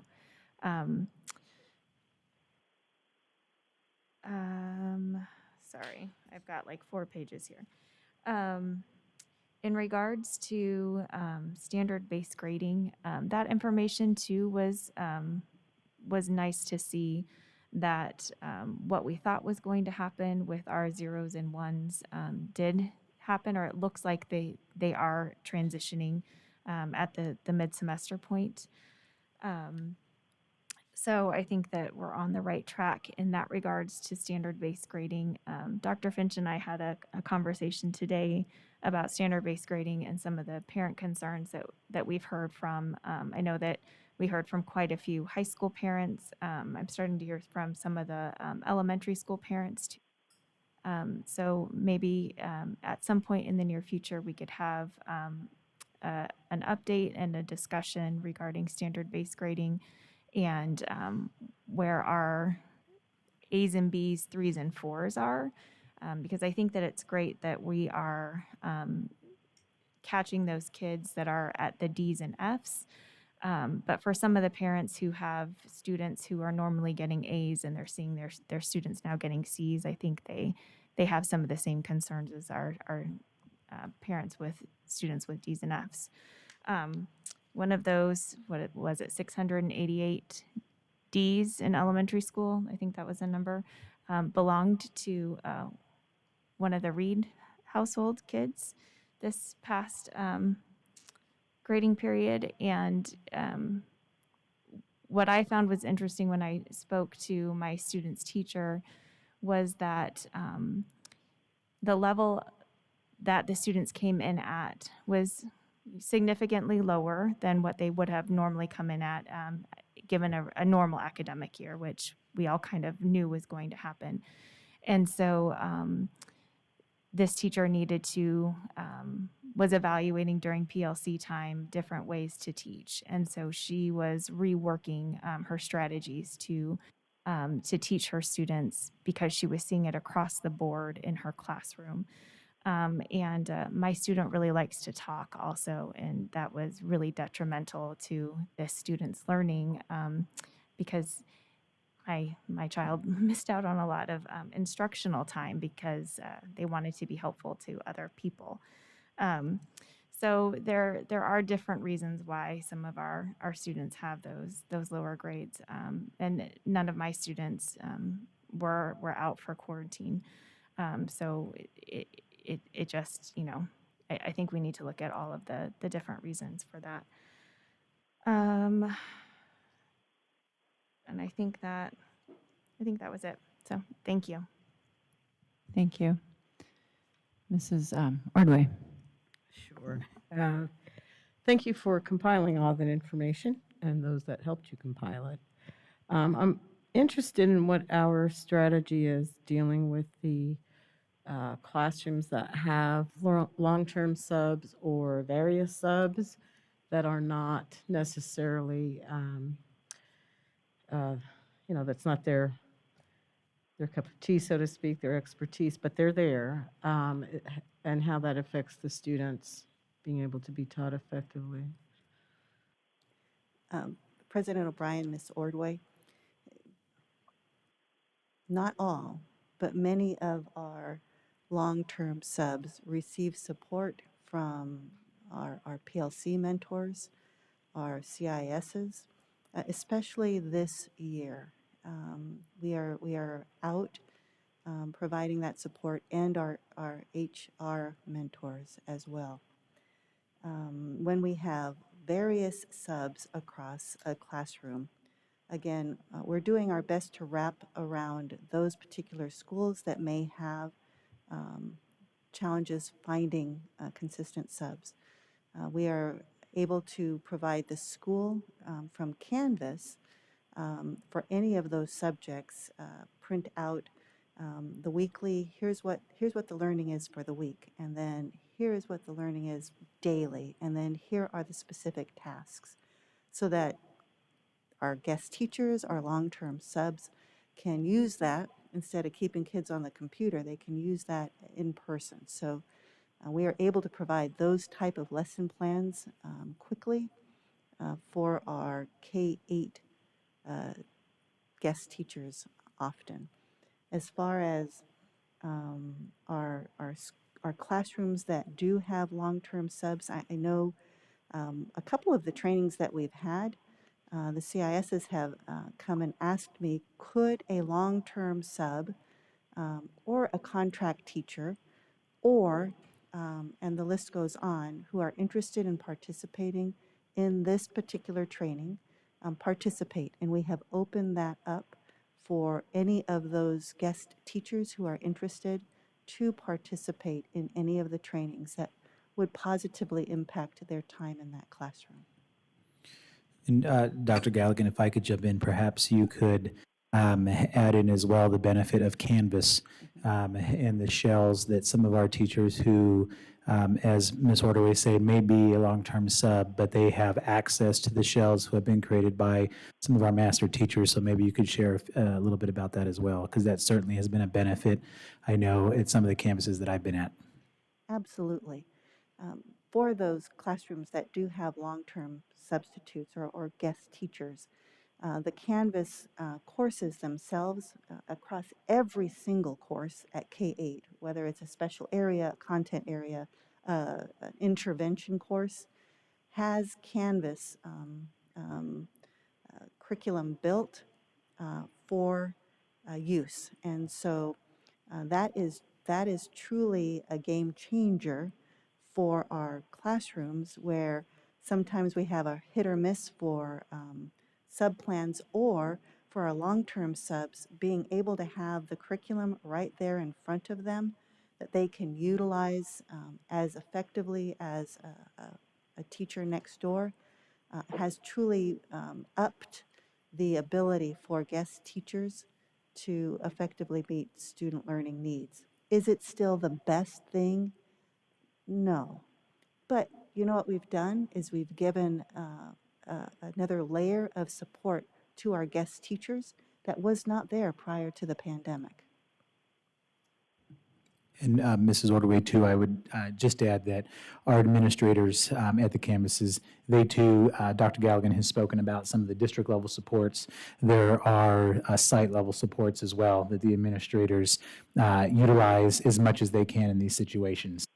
And so whether if on our title campuses, it might be through a Title I instructional coach, or perhaps an interventionist that is able to provide some help for that. But they do deploy all the tools at their disposal to help the students and the staff members that are in that situation. And I think lastly, I wanted to thank the board for that Friday time. And so this discussion that was had several years ago for the PLC time and the collaborative team time, it has certainly been one of the most critical and beneficial parts, especially in situations like the ones you're describing, so that the teachers have time to collaborate with others to help build that efficacy for all. And Dr. Galligan, Ms. Moffett also, I guess, I asked that question not only for the students and the parents of the students, so they know that we're giving them quality education, but also for any potential subs out there to know that they're not just going to be, thrown into a situation like maybe prior they would, that there is a lot of support. And when, the next thing is not a question, it's more of a comment again.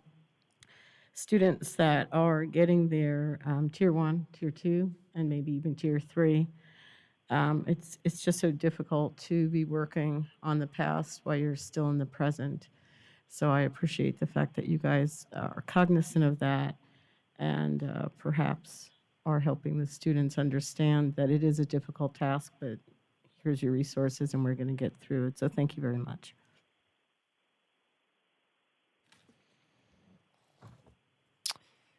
Thank you so much, Dr. Galligan. I really appreciate seeing this information and maybe some of the information that Mrs. Reed asked, if we get that in an update first, and then we can determine how we go forward with that.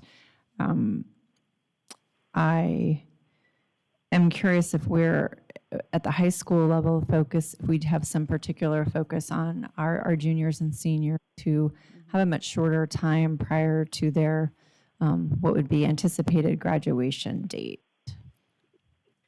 President O'Brien, I mentioned for students who have lost credit that we do have the open entry, open exit through Accelerate and through Apex, and that is typically specific to our seniors, our graduating seniors, so we can ensure that they have learned, shown that learning, and can recover those credits.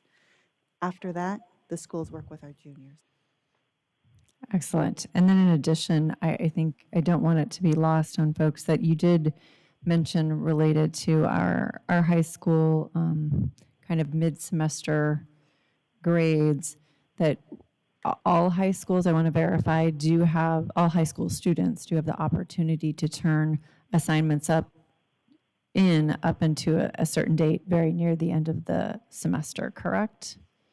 Each school works with their procedures for that, but yes, there is opportunity for children to improve their learning and turn in assignments. Excellent. Well, I so appreciate you providing us all this information and look forward to receiving continued reports. It looks like Dr. Zerbach, maybe, did you have something to add? Just to add that the high schools, your statement was up until that certain point in the semester, in that we do also have even the extended semester at times for our students. And so that is another opportunity for those that absolutely need it as well. Thank you for making that clarification. I do And we appreciate also, that. President O'Brien, if I may, I will say we also have pathways as well for our students. And so pathways with Principal Collins and the counselors, they do meet and they identify the courses that are most in need. As Dr. Galligan said, especially in the second semester, they do look to see in the senior class which are the courses or which courses are most in need to help those students graduate on time, and so that the students earn that grade in order to graduate. And I had presented some of those numbers to you in a board update before about how many students have been able to stay with their cohort and graduate due to that offering. And again, I thank the board for that. Excellent. Another great reminder, Dr. Zerbach, and thank you again, Dr. Galligan, to you and all those who contributed to this great report. All right, with that, we have called to the public. What I want to verify is everybody speaking at call to public? Is anybody speaking on an agenda item? I have only that it's called public comment. So nobody requested to speak at a specific agenda item. Okay, then we will have you please read the admonishment. The board invites, Thank you. yes, the board invites public comment on the district's business in general and on any agenda item in specific. All speakers must observe the rules of decorum. Speakers must fill out a card listing name, address, and topic and hand it to the board secretary prior to the president calling the meeting to order. Speakers must make their comments in no more than 3 minutes if necessary to accommodate all speakers within the 30-minute overall time limit. The board president may shorten each speaker's time. We have 7 speakers, so everyone has 3 minutes. Constructive criticism is in order. rudeness, vulgarity, disruptive conduct, or remarks disrespecting personal dignity are not in order and will not be allowed. Under Arizona open meeting law, the governing board cannot discuss or act on any items not listed on the agenda. Board members may respond to criticism made by a speaker, ask staff to review a matter, or ask that a matter be put on a future agenda. And I will call the first three people: Jennifer Marshall, James Schneider, and Melissa Schneider. Will you please step up to the microphone, and you will we'll have our first speaker state their name for the record, and then your time will start, and you'll see the timer hopefully on the screen back above my head. Yep, step right up and state your name for the record. Jennifer Marshall. Go ahead. As parents and members of this district, we understand a new school is being built, certain boundaries must change, and some neighborhoods will be impacted. What we don't understand is why the proposed boundaries are being considered when they go against the district's own attendance boundary guiding principles. The first guiding principle is proximity. Under the proposed boundaries, the Alora Vita neighborhood is being moved to Las Brisas and Hillcrest, which are both 4 miles away, while 3 other schools, Terramar, West Wing, and the new E32 school, are much closer in proximity.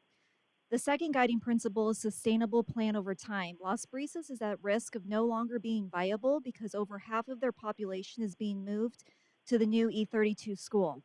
Why was the new school built near Las Brisas, which is under capacity, and not next to Terramar or West Wing, which are both over capacity? The third and fourth principles are to keep neighborhoods together and contiguous boundaries. Alora Vita is located in the center of the Terramar boundary and is being singled out to move to Las Brisas, while the adjacent neighborhoods to the east, west, north, and south of Alora Vita will remain at Terramar. Also, with these changes, Terramar and Las Brisas boundaries, respectively, will no longer be contiguous. The fifth principle is transportation implications. Alora Vita families who have the option to bus, drive 5 minutes, bike, or walk to Terramar will be solely dependent on bus transportation or a commute that is twice as far. Additionally, this will require more bus routes since Alora Vita now must go to 2 separate schools during a time we have a bus driver shortage, and poses a significant safety risk since those students would have to cross 2 to 3 major arterial streets to reach their new schools. The final principle is least amount of impact. For many Alora Vita residents, their children recently switched schools to go to Terramar when they moved to that area. By switching them from a K-8 school to a K-6 and a middle school, older and younger siblings will be divided, and students in the upper elementary grades will have to switch schools 4 to 5 times within a span of 5 years. Additionally, younger grades will grow up going to a school with kids in the Las Brisas neighborhoods over 4 miles away and will not be within a safe distance to visit or play with them outside school hours. When I first learned of these changes 2 weeks ago, I've been desperately trying to understand the rationale behind this decision. Almost all the Alora Vita residents I spoke with were not aware they were impacted, nor did they receive the flyer that was mailed, which explains the low attendance at the community input meetings. I then created a petition to delay the school boundary vote until better options are provided, and in just a few days, we had over 200 signatures and caught the attention of the Daily Independent, who wrote an article. For all these reasons, please delay the vote until better options are provided. This is not a matter of parents and children being resistant to change. This is a matter of holding the district accountable to following their own guidelines so we can do what's best for our children, families, and communities in our district. Thank you for your comments. Our next speaker, please state your name for the record, and then your time will begin. My name is James Schneider. I'm a parent of a student. I am in the community of Alora Vita. My child attends Terramar. My children attend Terramar Elementary School. I had reached out recently to, I think, the Secretary Sheila and Dr. Curtis Finch, and you did respond to my email, so thank you very much for that. And I had reached out originally to confirm that the board had received the emails that we had sent with the petition of over 200 signatures signed and the interview that was done with the Daily Independent with Jennifer Marshall. And I do believe, one person got back to me confirming that email was received. We're just wanting to make sure that you guys did hear us. We're just expressing concern for our children in our community and looking for some help from the board and from the district. This is in regards to the school boundary proposal changes that are coming up, and our intent is just to request a delay of the vote until better options can be provided for those students that are going to be affected by this. We do know that they're expecting growth, uh, but there's also an impact on the students who have just adjusted to that area. Um, in the emails that I've sent, I had announced that we live in Alarvita community and our children attend Terramar Elementary School, and that our kids do take the bus and ride bikes.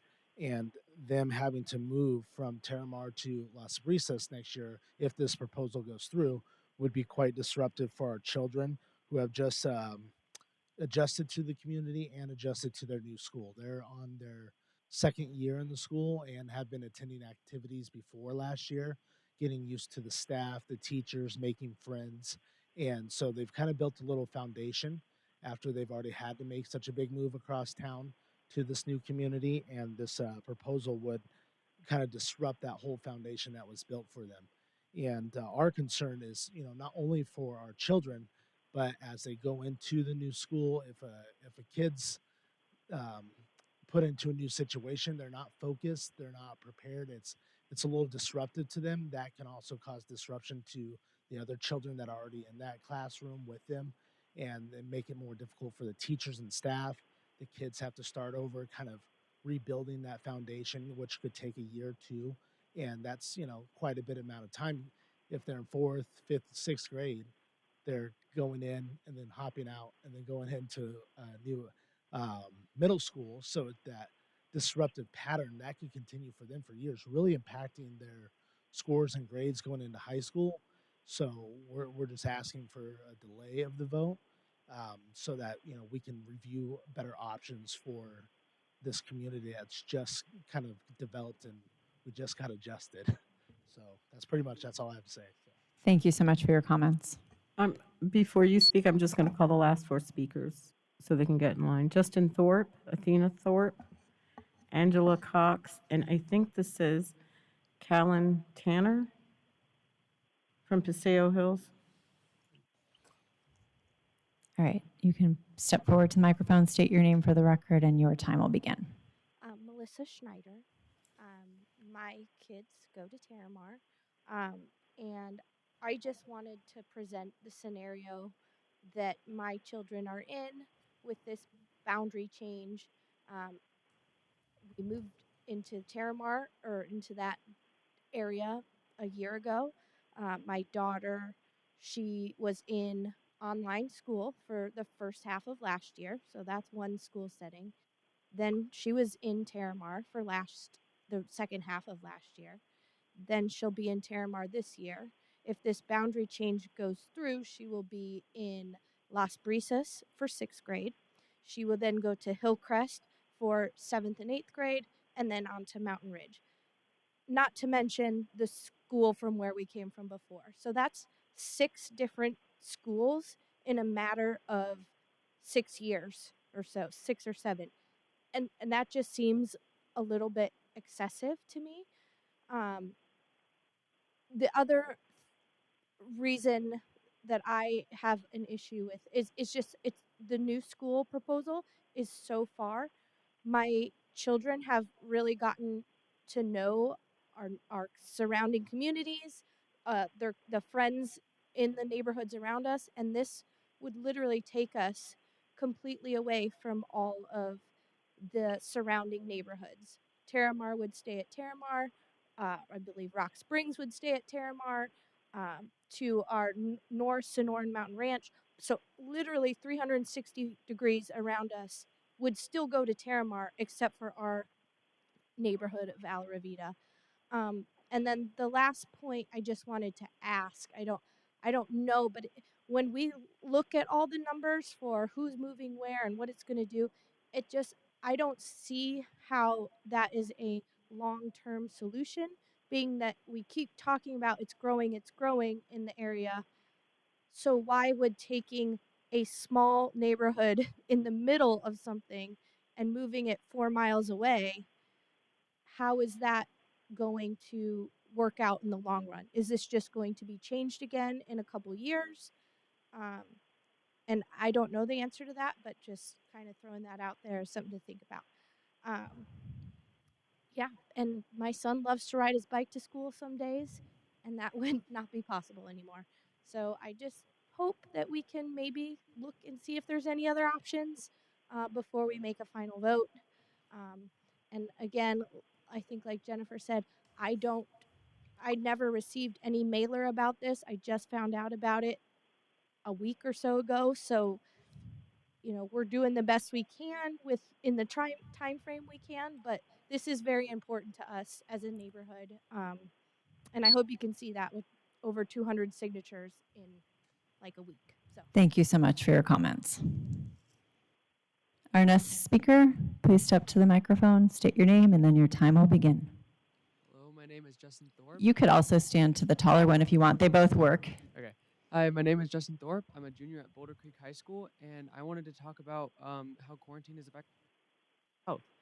So I was quarantined 3 times this year. Two of them were back to back, and it was in the beginning of August. I think the first one was in August 10th, and the second one was August 19th. And all 3 times I was tested negative, but I still had to wait 7 days. And for someone who has ADD, I don't like to do work at home. Like, ask my parents, ask my friends, I don't do work at home. I do work at school. And me being away from school for almost 21 days affected my grades roughly. And none of my teachers would help. Some of them, I would email them and they would give me exemptions, but that's all that I got. I didn't get any help on clarifications, no reading, no nothing.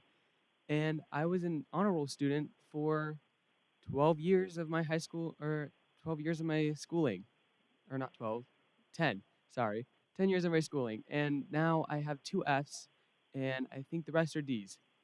And I want to make something of myself. I want to be a nurse practitioner, and me having 2 Fs is really affecting me. It's making my stress go higher and my anxiety.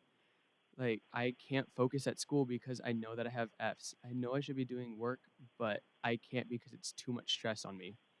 So I just wanted to say that all this quarantine is affecting me a lot, and I hope that you can do something about it. Maybe making me, instead of me being able to test on day 3 like teachers can or vaccinated students can, um, maybe then I can go back to school. Other districts, like my friends in other districts, they're allowed to test, I think, day 3 and then come back the same day or the day next. And I was wondering why we're not allowed to do that. Like, that's something that I'm just wondering. So thank you. Thank you so much, Justin, for your comments. Next.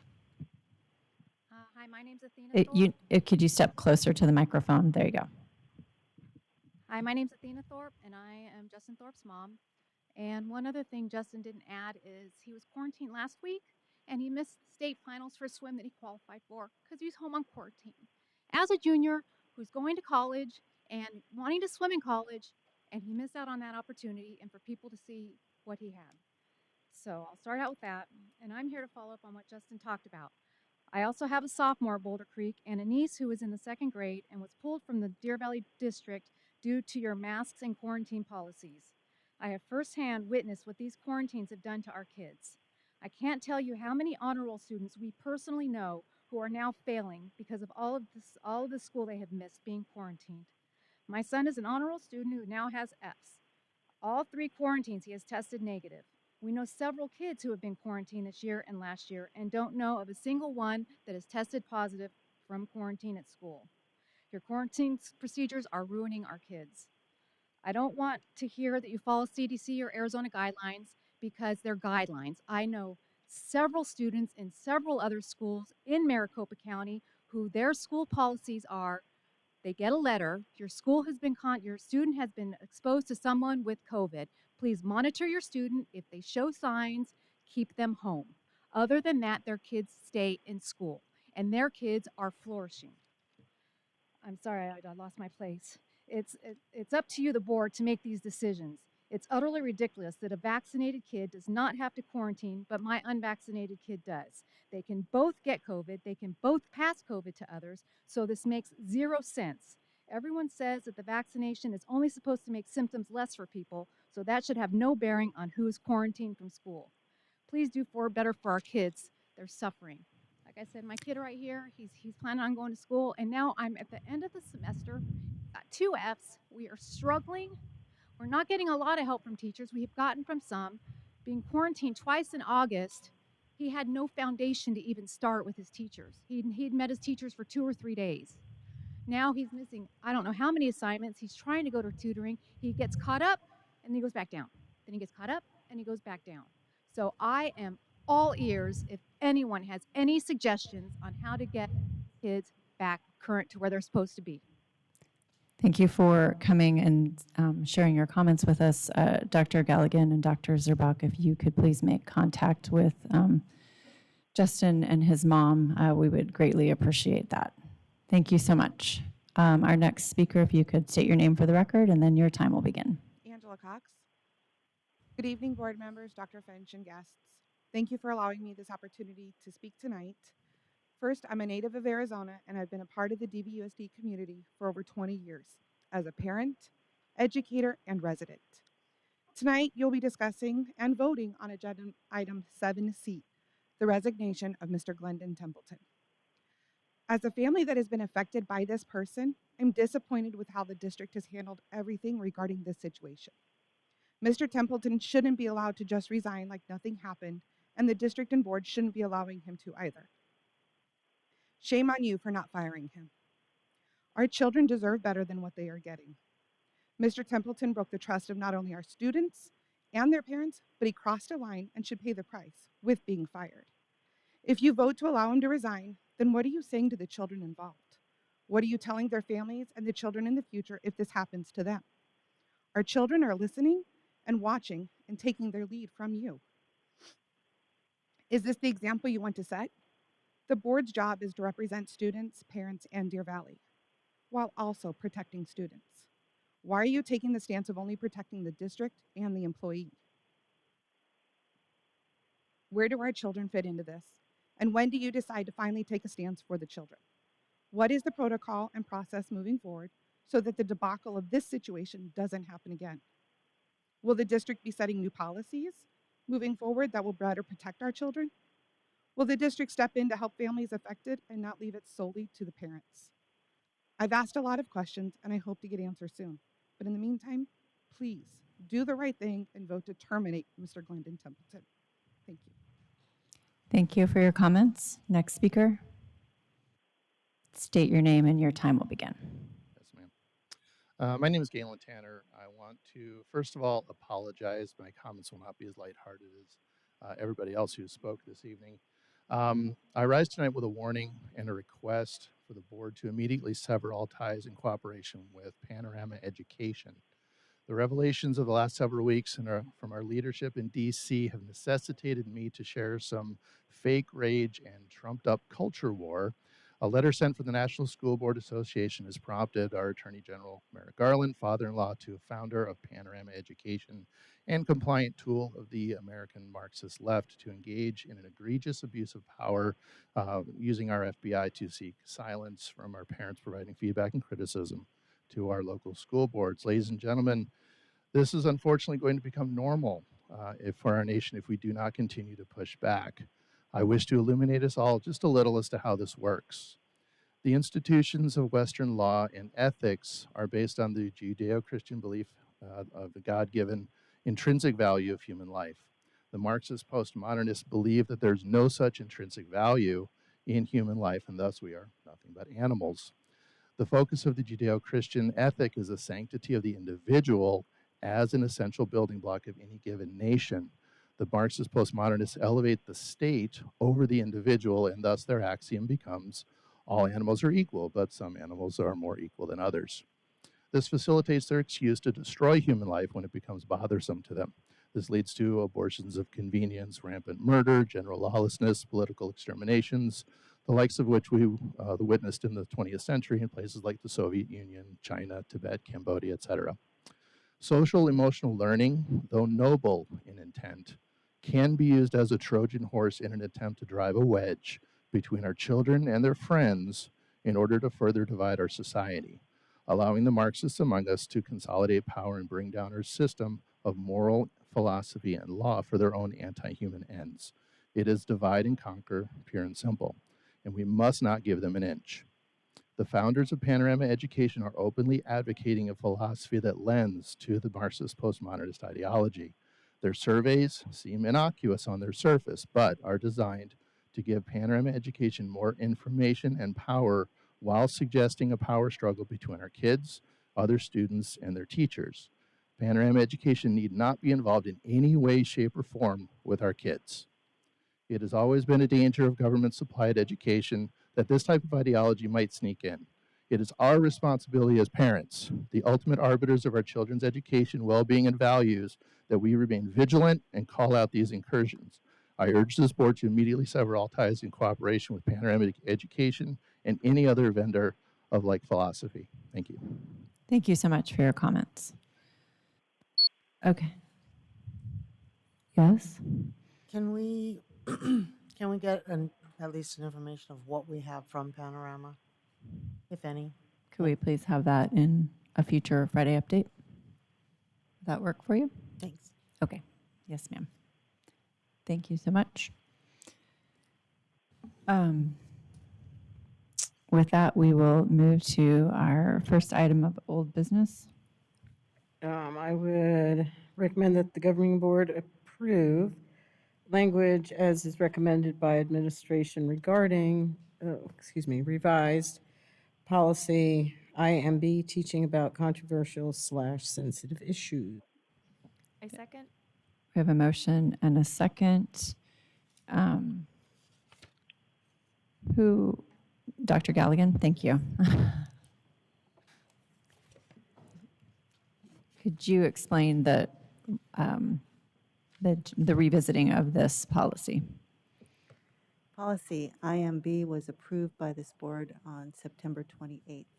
We are bringing it back to you due to a ruling by the Maricopa County Superior Court Judge Catherine Cooper that parts of House Bill 2898 are unconstitutional and void. All language that was added to policy IMB from ARS 15-717 is now removed, as House Bill 2898 has been ruled unconstitutional. Just last week, on November 2nd, the Arizona Supreme Court also had a decision to uphold the ruling by Maricopa County Superior Court Judge Catherine Cooper that the laws prohibiting the teaching of controversial topics were found to violate the title and subject matter requirements of the Arizona Constitution and are therefore void and unenforceable. Administration recommends that we accept ASBA's language removal per Policy Advisory 714, and that is to rescind the language that this board approved per a previous ASBA recommendation at that time. So if I could summarize, the recommendation we had previously approved was based on legislation that was approved this last, earlier this session, and now based on a Arizona Supreme Court decision, we are reverting back to the language we had prior to the law that went into place and is no longer in place. Yes. President O'Brien, that is correct. Okay. Mrs. Fisher?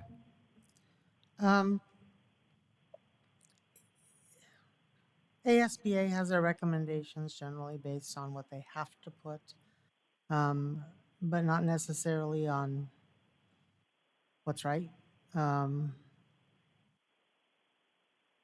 Looking at this language, regardless of whether it's in law, it's the right thing to do. We should not be teaching kids about sexuality, and we should not be teaching some kids that they have a greater value based on their race, and we should not be teaching. Everything that is in there is a good thing. So even though the law does not force us to do the right thing, it would be awesome if we just did it because it's the right thing to do. And we probably all of us know that the legislature is going to bring it back next session, and it most likely will pass again. But even if it doesn't, it's still the right thing to do. So I would prefer we just leave it in there, because these are supposed to be our policies. And I believe our community wants their children protected in policy. And that's our duty to do, not ASBA's. Just my opinion. Mrs. Reed? Do we have curriculum that we've currently adopted that teaches any of the things that are noted in A through G? President O'Brien, Ms. Reed, no. Okay, so I just want to clarify that if the board decides to strike the language and revert it back to the policy that it was before this was passed and went into law. So last year, we were not teaching CRT. We didn't have curriculum that was adopted and approved by the board and the district to CRT. Granted, I understand that there were a few instances of some information that was questionable, and the district handled it very quickly, correct? When that was brought to administration's attention. But those were supplemental things that were chosen by an individual teacher and not approved curriculum. And I believe that our board and our district administration has made it very clear that there are certain things that are not to be brought into the classroom, and anything supplemental would need to be approved, correct? President O'Brien, Ms. Reed, that is correct. Okay, thank you. Mrs. Paperman? I don't know. Is she still? I'm still here. Can you hear me, Ann? Yes, I can. Yes. I mean, as long as policy, is there going to be a line to make sure that that we're not going to be teaching controversial topics? Because I know the board, we did not vote, sex education and critical race theory. But is there going to be something that's going to be put in place? So this policy would that be aligned with that?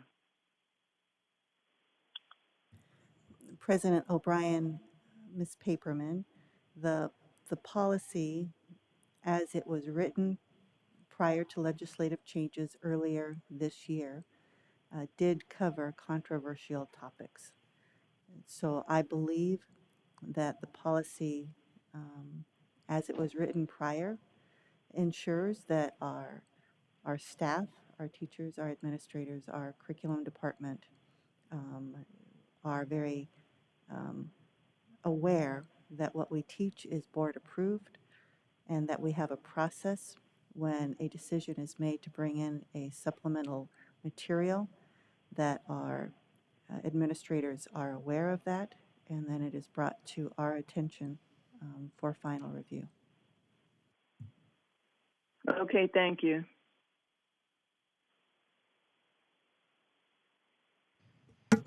Oops, so sorry about that.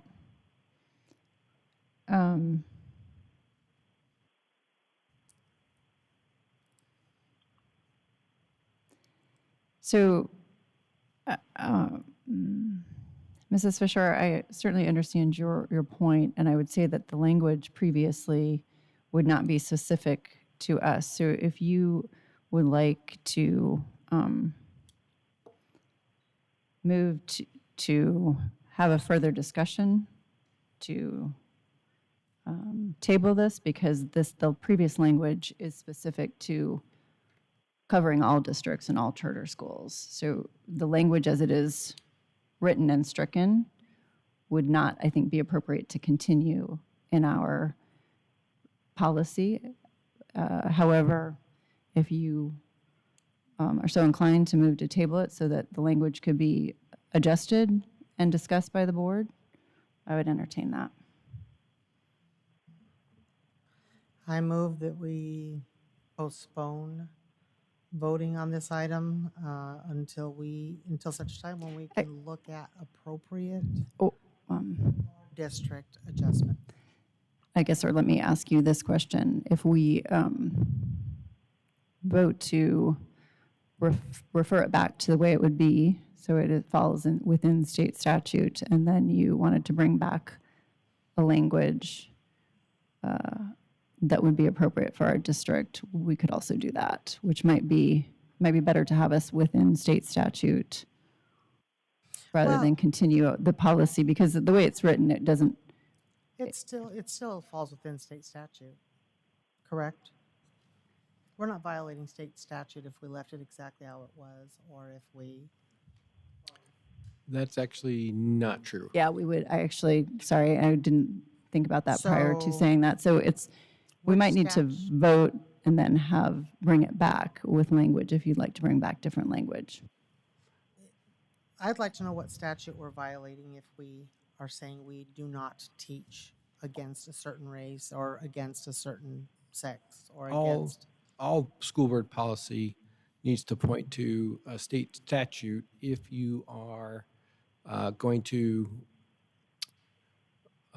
tie the work of the legislature to the school district. The reason why it runs through ASBA is because they have attorneys that tell us this policy would fall under, if written this way, would be correct or defensible. Our So if policy you just, should set our standard as well. if you did, Are we only? Wait, let him finish, please, and then, no. That he but- maybe can answer with what he's saying. well, is let me answer the first one first. in other words, our policies should only reflect the legislature? No, what I'm saying is, what I'm really getting to is that if we decide to change the language, we need to run it through our attorneys, not suggestions by the board. They control the wording so that we are not liable. Right, So we would need, suggestions, I would suggest that we run it through our attorneys to make sure we're yes, I would legal. agree. That's why I said it was That's where I was not, going. I apologize, my original suggestion about tabling wasn't, didn't fall under us getting some legal advice. So that's why I think Right. maybe what we do is have this vote and then This wasn't reviewed by legal already? When it was adopted reviewed by legal through ASBA as it comes out. So I would then, I think if we have you withdraw your motion or it fails based on not having a second. So Right, well, I did interrupt that process. that's okay. It was, like I said, it hasn't been seconded. Then I would call for a vote and then say that if you'd like to bring back language, we could have that discussion then. So I will call for the vote on reverting back to or approving it as amended in front of us. All those in favor, please say aye. Aye. Aye. Aye. All opposed, please say nay. Nay, I will not remove good language. Okay, the motion carries 4-1. Were you able to register your votes, No. Mrs.?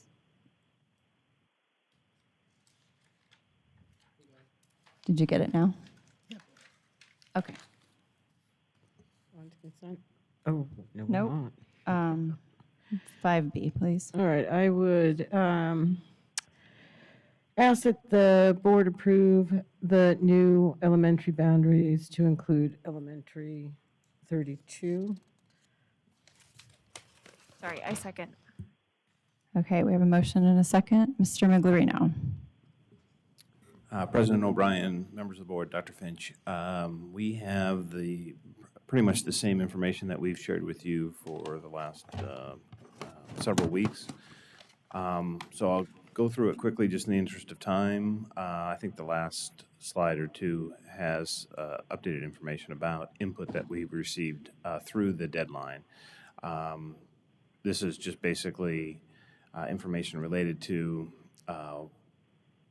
the objective for the boundary changes, This is the process that we followed.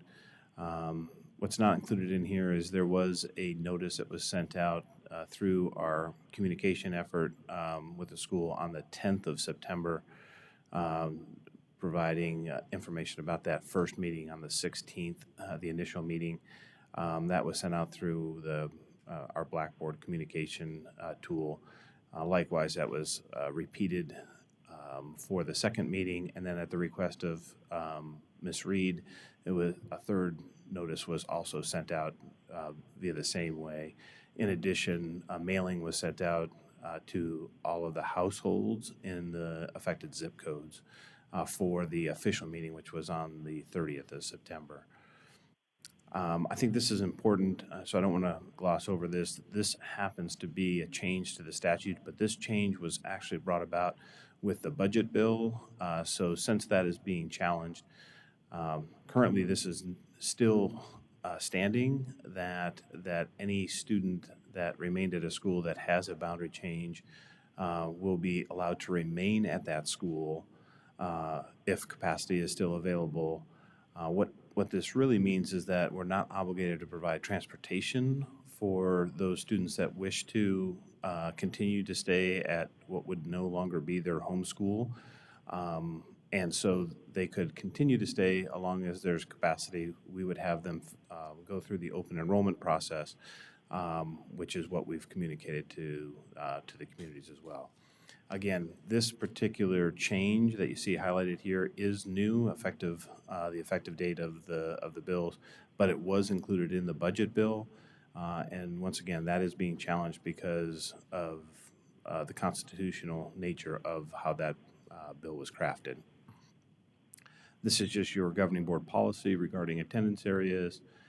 These are the guiding principles. This has been spoken to this evening, so I won't go into detail, but these are the guiding principles that we've used in the development of boundaries during my tenure here in the district.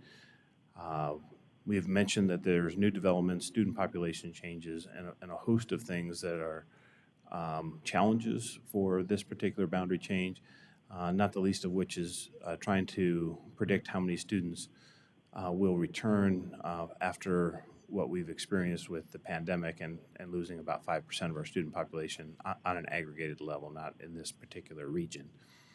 But we also mentioned that part of our objective was maximizing the use of space at all the available schools. This was the data that we used and was shared with this board when we brought the idea of building the new school to this board to make an award. And because of the overcrowding that existed at these schools, we needed to provide relief in this general area. That has since changed due again to the pandemic, but this information was what was available to us at the time that decision was made. These are the actual boundaries, the current elementary boundaries here. That circle is the region that we mentioned would be likely affected by the boundary changes because it was in close proximity to the school.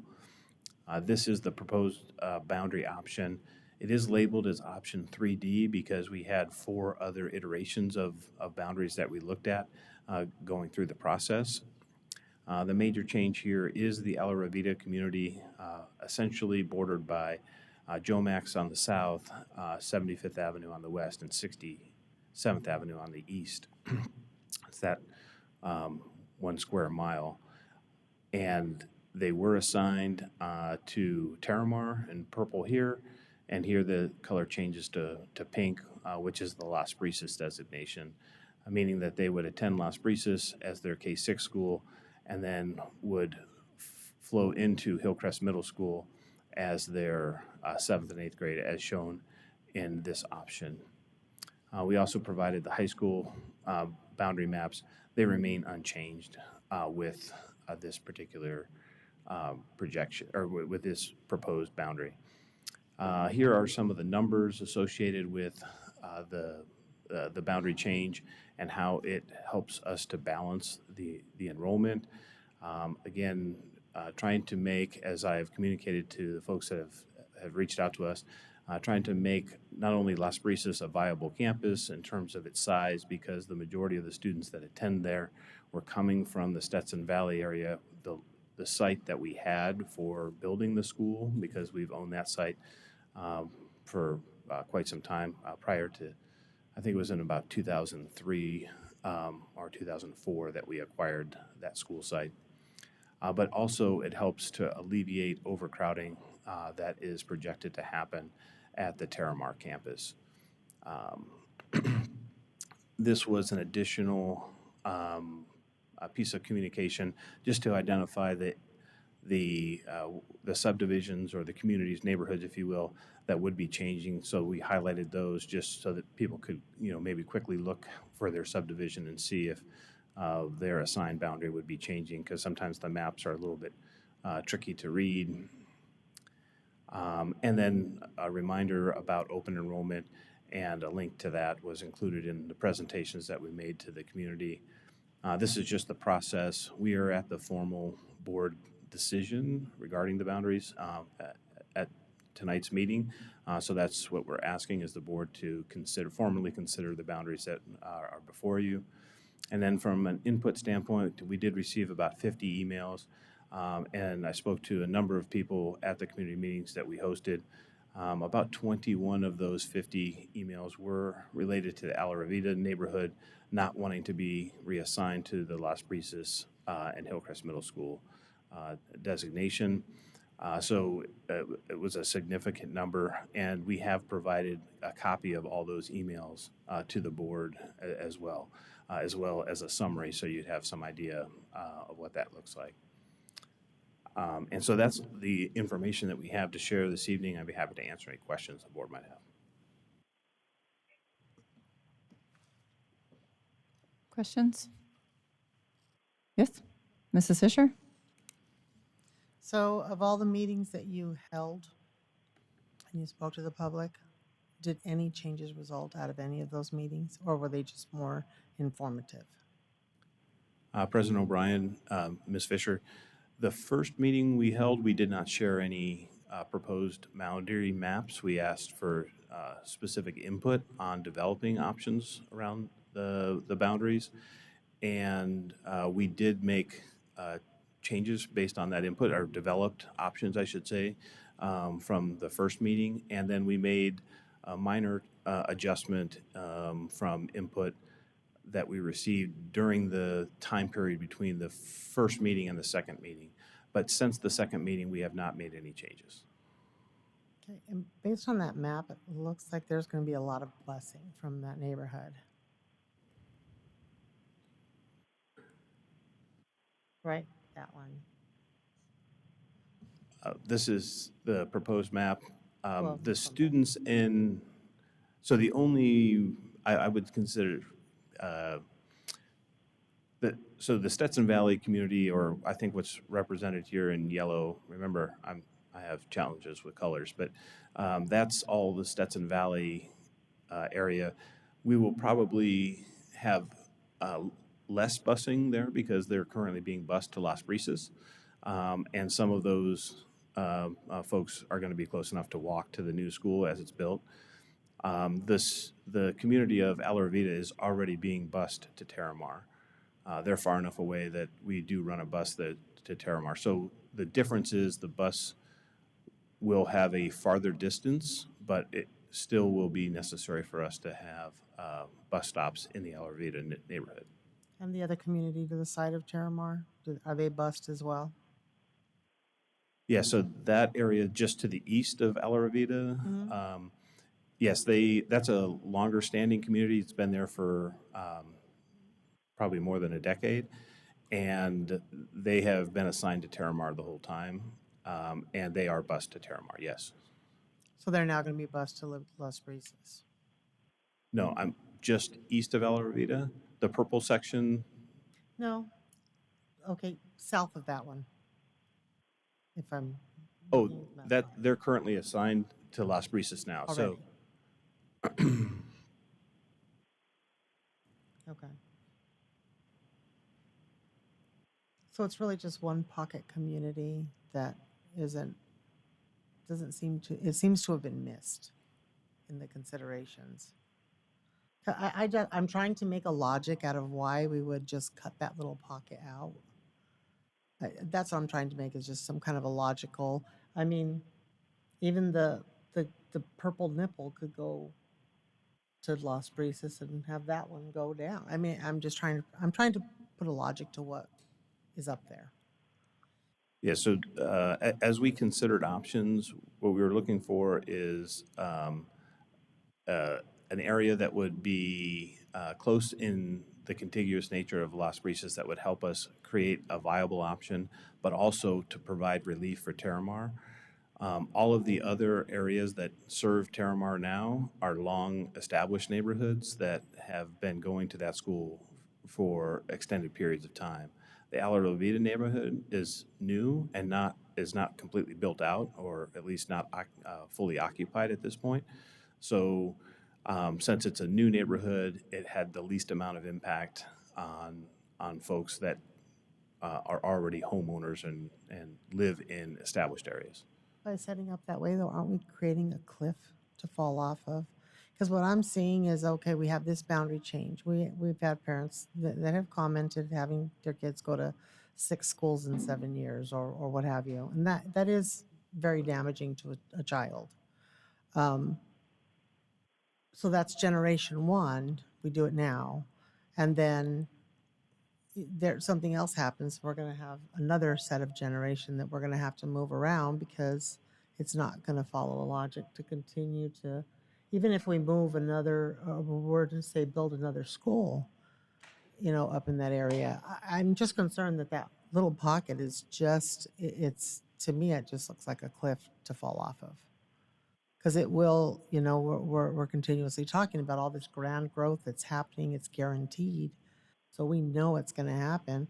It to me would make more sense to, even if they're a long-standing community, put them to either a school that's closer or not have to jump. One of the biggest complaints we've had since I got on the board in 2015 was parents who said, well, we have to pass this school to go to that school because we're assigned to it. That's what we're creating. That's what it looks like to me, and I could be wrong. That's why I'm asking you if there's something I'm not seeing. President O'Brien, Ms. Fisher, no, I think what you're seeing is what is being represented. Yes, it is an area that is currently contiguous with Terramar that we are carving out to go to Las Brisas. Some of the other iterations that we looked at would have us segmenting the Stetson Valley neighborhood, and that's the neighborhood that actually the new school is being built in, because that's the school site that we had to build the school. As to a long-term impact, we do have a future elementary school site up in Sonora Mountain Ranch. Those students currently go to Copper Creek, so they are bused even a further distance than Ala Vida to Las Brisas. But eventually, we would think that particular school site could need to be developed if additional development happens in the state land area north of the CAP. So yes, could there be other boundary changes in this area? I would say the answer to that is yes. But I think that is in the long term, probably greater than 5 years from now, to be able to build the infrastructure to have that demand. What would the impact be if we delayed to take a better look, or a different look at it? What would the impact be if we just delayed it to January? I don't know. President O'Brien, Ms. Fisher, it would just disrupt the timing for all of the other decisions that need to be made. It certainly could be a detriment to our parents, because the open enrollment priority that we provide to parents is if they submit their open enrollment by December.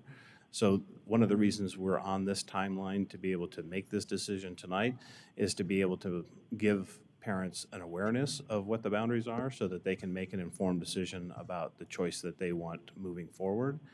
And so by delaying it, it would affect the staffing that we need to be able to have the appropriate staffing at all of the schools in this particular region. Sorry, could I just ask to the Mrs. Fisher's point, what is that date, Mrs. Moffett, that open enrollment date, or Mr. Miglerino? I Do you believe know it's it? the second week of December. It might be on this slide.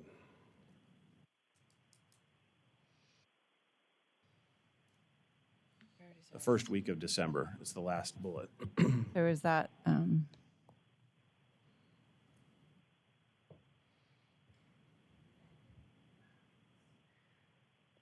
Yeah. just trying to under, Can I just make a comment? sorry, is Mrs. Fisher, are you done with your questions, or do you have more? Are you sure? Okay.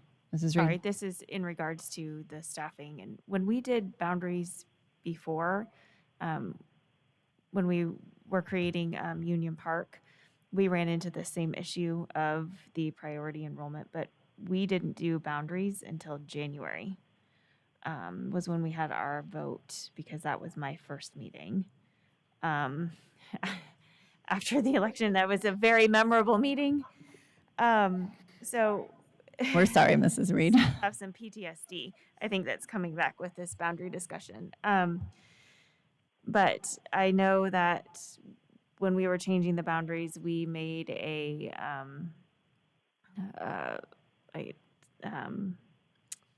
we extended that priority, if I remember correctly, that priority open enrollment for those families specifically that happened. They had another week or something like that to be able to get those in. So we have done it before. I know that it wasn't ideal and it put us in a little bit of a crunch, but we did do that. So that's all I wanted to say. Mrs. Fisher, you can continue to ask your questions if that's fine. Did you have more? I didn't No, apologize for interrupting. I think Mr. Miglerino answered them all. I just, I really think that we need to take a better, I just think we need to take a moment. We need to take a breath to look at some of the impact specifically to this neighborhood and what is the possibility.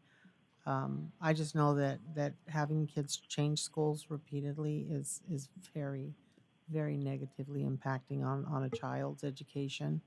And especially when you're talking, elementary and junior high, we're messing with their foundation. And so I'm just very concerned. It may well be this is the best option. But I would just like for us to just take a moment and take a look and see if there is another option that's a better option, maybe to be less impacting for these students. And I don't have a suggestion or no, because I don't know if there's a potential to, I don't know, suddenly make a different school a K-8 instead of a K-6. I don't know. But I just know that the instability of not knowing what's going to happen with your child, as well as a child potentially having to change schools that much, is just, to me, is very damaging. Dr. Finch? First of all, I want to thank Mr. Miglerino for always checking on the boundary challenges. He's going to forget more than I ever know about all this. He's a machine when it comes to understanding all of the variables and balancing all the variables. And I respect that. His longevity here and wisdom always comes into handy when we're dealing with tough topics like this. The negative from my perspective on punting this tonight and into the future, two things. One is, and Jim kind of mentioned it, but I'll reiterate it. It impacts everything in the system.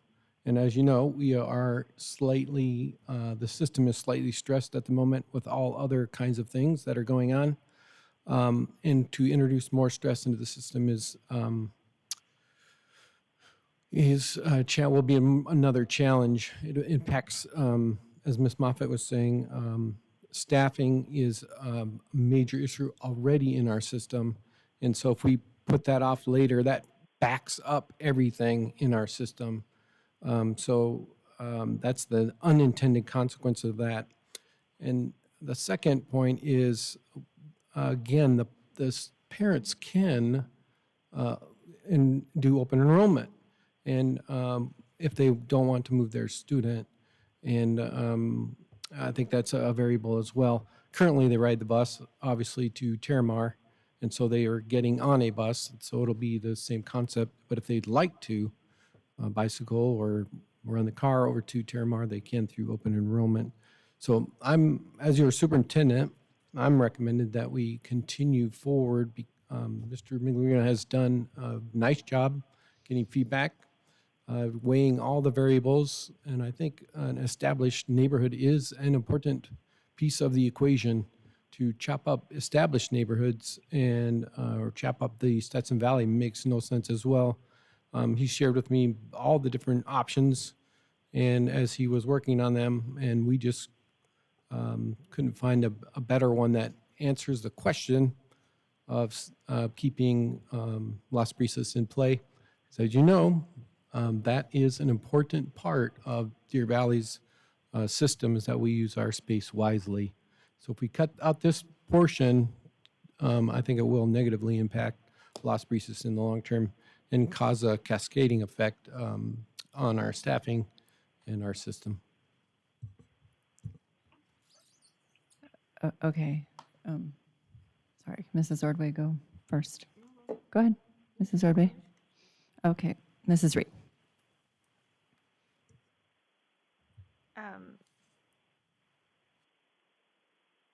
Do you know what the current build out is on Alora Vita? How many homes there are? President O'Brien, Ms. Reed, I don't have the exact house count, but I think we have about 100 students. We are projecting about 250 total students to come from that community. I think there are still some plats that are being considered on the far north portion of the development, but I think that's, so if you use that ratio, it's about, just under 50% built out right now. Okay. I was just trying to figure out how much bigger that's going to be. I know their permits that they pulled, they could go up to 4,000. So I didn't know if you knew, I talked to somebody from this city of Peoria. Not to interrupt you, but I believe that's a little bit overstated. Okay. I think, and what's a little confusing is they also, the community that's to the southwest of this particular parcel is also called Alora Vita. Okay. It is not in our attendance boundary. I went the wrong way. So it's the gray section on the map. Or tan, I'm sorry, I told you, my color thing's not. The section that West Wing Parkway goes through, is that correct? Yes. And is the new gray. Yeah, and so essentially north of Happy Valley between 75th and 83rd Avenue or West Wing Parkway, that is not, in south of Jomax, that is not in our attendance boundary, our district attendance boundaries. That's in the Peoria School District, but it's also called Alora Vita, and it's also in the city of Peoria. So sometimes in talking with the city of Peoria, you have to clarify which phase of Alora Vita you're talking about. I don't believe there are 4,000 homes in the section that's in our district boundaries due to the topography of that. So the northern section of it is atop of a mountain. Okay, so I'm just trying to get, because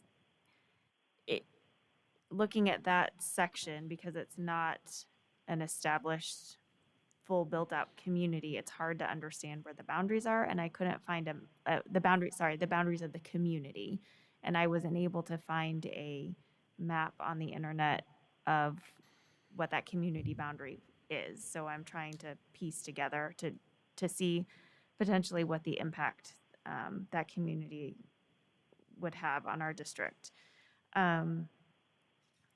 Where is the school site for Sonoran Mountain Ranch? What are the crossroads? Do you know?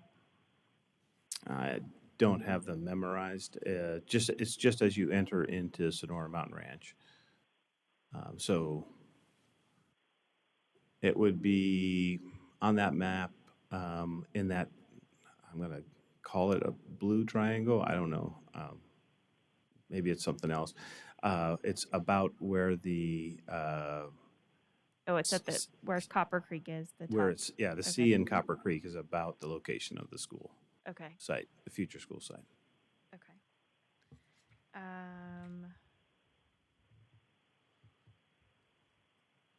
I think what would be helpful for me and maybe a future board that might have to look at doing boundaries next time is when you pull these, if you could also contain a map of communities. So when we're talking about keeping those communities and those subdivisions or master plan communities together, I think that would be helpful because when we're getting emails and they're talking about, they're saying their subdivision, I don't always know where, where they're talking about and how that's all grouped together. So just a side note on that. Yeah, and to that point, Ms. Reed, this is what this was intended. So this has subdivision names and kind of the general area of that. It's not a map, obviously, but to be able to provide some sense of location by subdivision. Also, subdivision name is not uniform. So there are some subdivisions that are on this list, like Pyramid Heights, for example, about midway on the list. It's actually known by many as Eagle Cove, but if you look in the official subdivision maps, it's actually Pyramid Heights. But the monument out front, what everybody calls it, they had a community yard sale last weekend. It was called the Eagle Cove Community Yard Sale. So nobody knows, or nobody calls it by its true subdivision name. So there's oftentimes not consistency with subdivision names. So, but this was intended to be able to provide you some point of reference and to the community as well, because we've shared this information not only with the board but in the public meetings. No, and I appreciate that. It's just if you don't live, and this is one of the issues that we came up with as a board when we did boundaries last time, is that because I lived in one of the communities that we were rezoning and that there were a lot of community concerns, it was easier for me to explain it and speak to it to my fellow board members. But if you don't live in that community, sometimes it's hard to understand the different subdivisions and boundaries and how the communities work together and all of that. So that's just my commentary for maybe the next time that we have to do this. Mrs. Ordway? Well, all right. So in our community maps, if there's a way, if we decide to relook at this at the December meeting, which may not be too late, to overlay the names of the communities by their real names and they're also known as names, that might be beneficial for people to understand what they're looking at. And the communities that that are there for 10 years, have we looked, to see if are those aging out communities or are they smack dab in the middle of their 4 kids and the youngest one's in first grade now. I'm trying to figure out the demographics on that. President O'Brien, Ms. Orwell, was that a question? I mean, It sort of kind of was, yeah. Well, I could answer that. I'm kind of tired right now, so it's 9:40, so I apologize. Yeah, so we actually do school planning by by a much smaller grid than you see here. So we have a grid ID for each area of the district. I think there's more than 100 in the grids that we look at. So yes, we know specifically what kids are coming from what area, and that was taken into consideration with the 4 options that we developed. Ultimately, this being the 4th option that we're proposing this evening. Okay, and then with the open enrollment, if you could go over, I think that we gave those, or we give people, I don't know if it's priority and then they're grandfathered, or how does that work? And also, what is the chance that they would be accepted into Terramar that's overcrowded?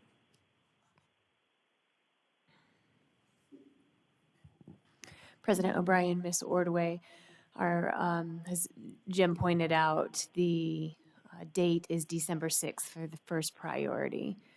If a parent had a concern now, regardless, we would encourage them, if they did want to attend Terramar, would be to file an open enrollment application now, because they could always withdraw that application at a later date. We already do continue to review open enrollment applications. The reason we use the December 6th date is it assists Heather and her team when they first develop the draft of budget sheets and staffing allocations. Those can change as the months go by. The risk, though, that we run is what Dr. Finch was pointing out. The first run of staffing sheets will start the first run of staffing too. And as the months go by, if we see the open enrollment applications continue to come in, we can allocate additional staffing, but it does put that specific position behind a little bit. So that's just something to be aware of. But it is a flexible process.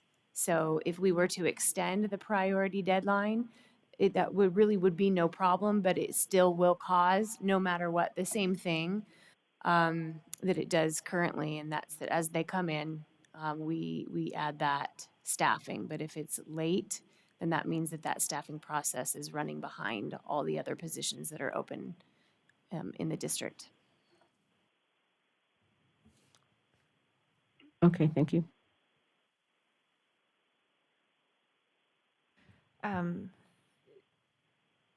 In speaking with Dr. Finch today, he mentioned that there was a meeting that was happening with Las Brisas and kind of what the plan was to see if there was going to be some sort of magnet program. When is that meeting, the next one happening? I think Dr. Galligan's in charge of it later this month. Yeah. Working So- through a committee with folks, looking at the different options we have. And now they're going to be bringing a proposal to the cabinet later this month. Okay, so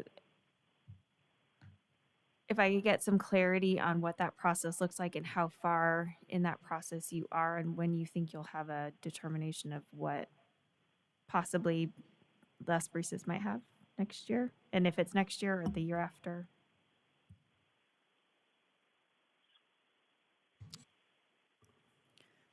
President O'Brien, Ms. Reed, the principal of Las Brisas has been working with me and others on specific ideas for her campus.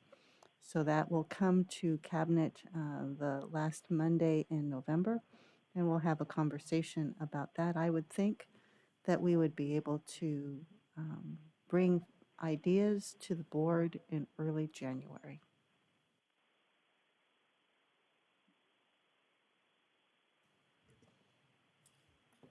Are you done?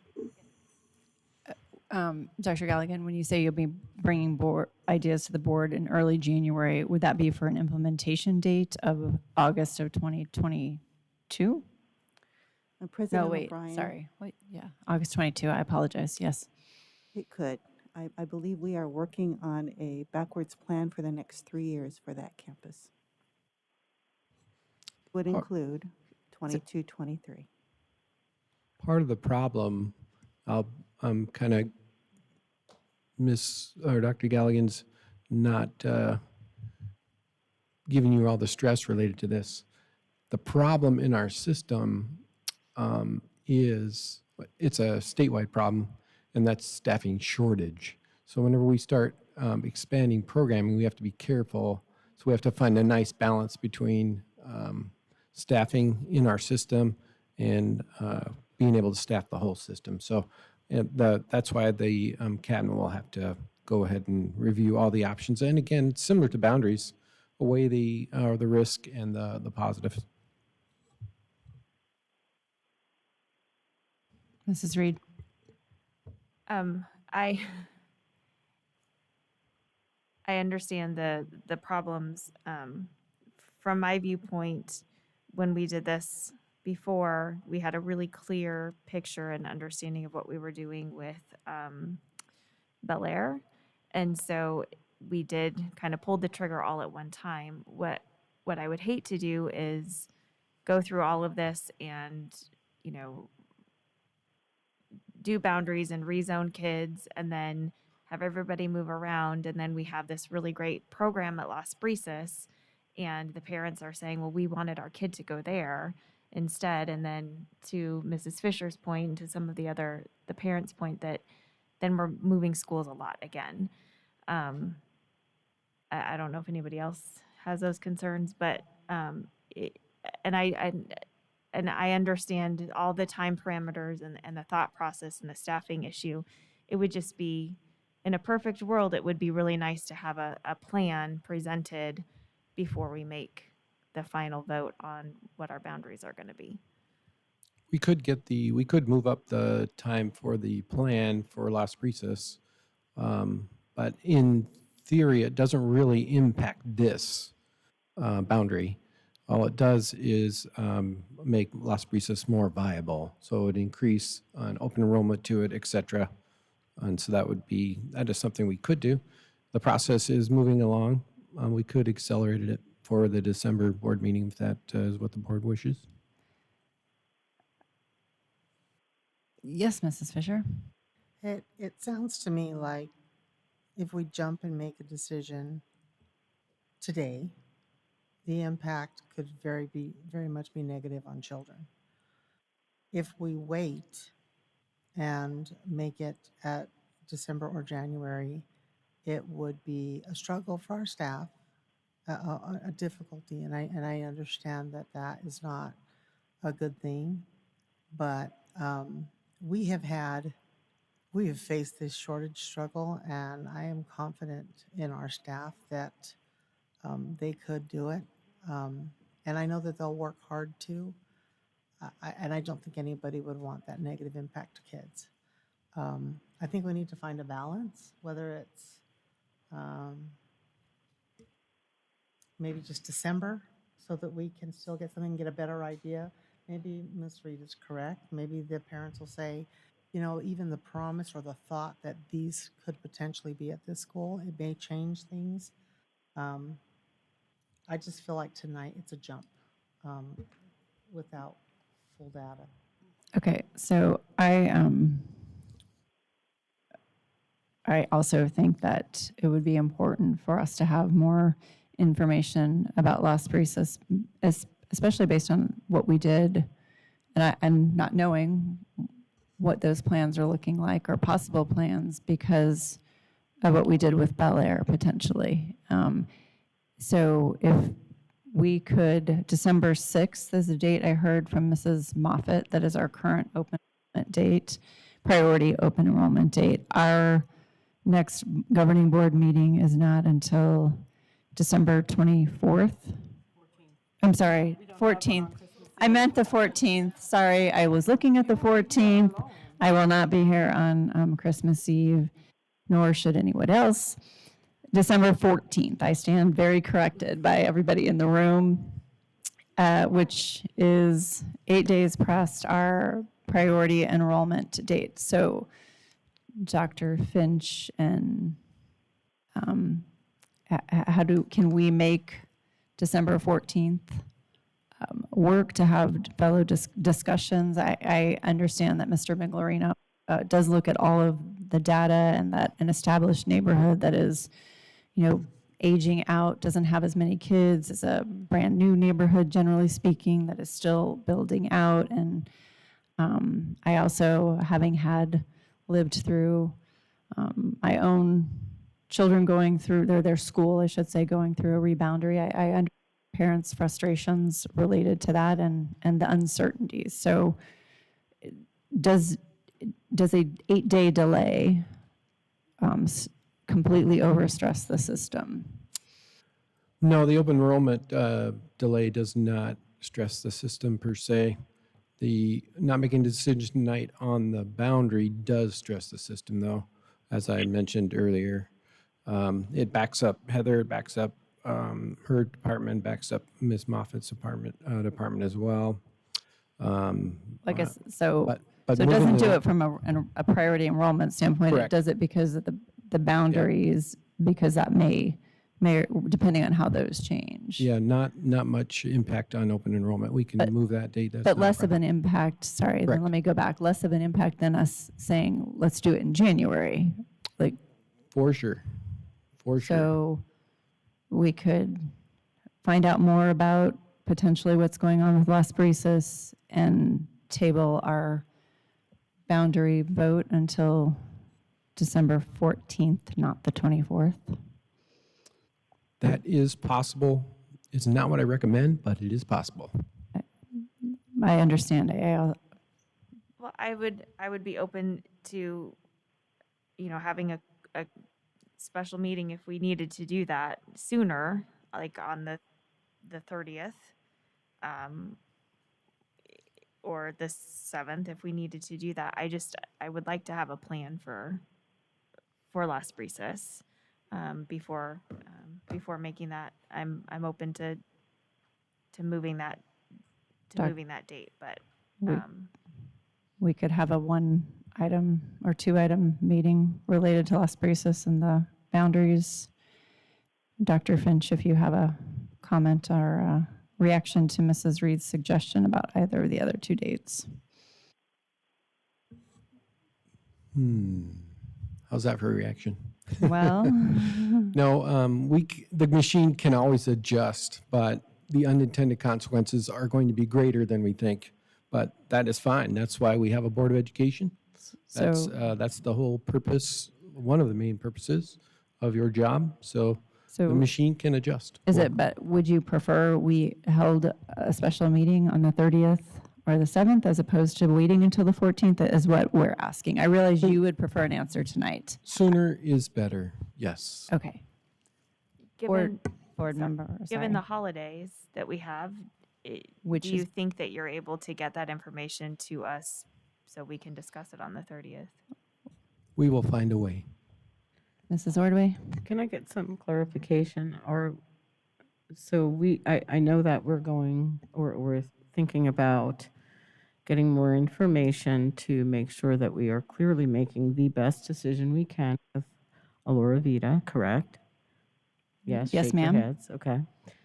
I think I understand that we want to know what Las Brisas magnet program might be, because somehow that might have an effect on Alora Vita, because all those people will go, oh, we want to go here now because of this program, or we just want to know what's going to be available, because I'm not quite seeing, I do, in a broad way, see the connection, but specifically, I don't see the connection, and so I don't see the connection or why we would push this plan for Las Brisas to be almost in place so we can make a decision on boundaries. Anyway, I don't see the total connection there. The direct connection I see is to make sure that we all feel that we understand what the committee did and what Mr. Miglerino's talking about with those different neighborhoods that were considered in plans 1, 2, 3, or 4, if we went with numbers.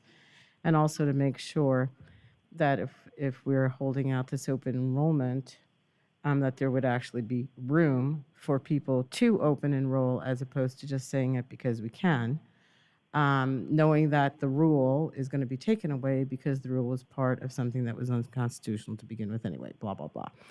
But I think my concerns are, the only thing I can see that will come from a meeting for me is that we know that could be room for open enrollment, for people to open enroll and stay, and also just to see a little bit more clearly in detail, perhaps what you did, Jim, at these meetings, how you arrived at it, because I think that's probably what's going to help me. But this rush to see what Las Brisas magnet program would be, to me, doesn't have a direct line to this vote. So that's what I'm thinking. Mrs. Fisher. It's not, it's not just the data. I would also like to see what, and perhaps it was in a Friday update and I didn't see it. I'm closing my own year out, so perhaps I missed it, but I would like to have a better look at the data along with the various options that you had and that you were discussing, and see what that all looks like together. Because like I said, I want to make a decision that's best for the children, and hopefully the future children, because these decisions don't just happen for this one little group. They happen for the next group and the next group. And so I would like to actually see the data along with potential programs, because I do think that if you have more students that are open enrolling from some of the other schools, there may be more room.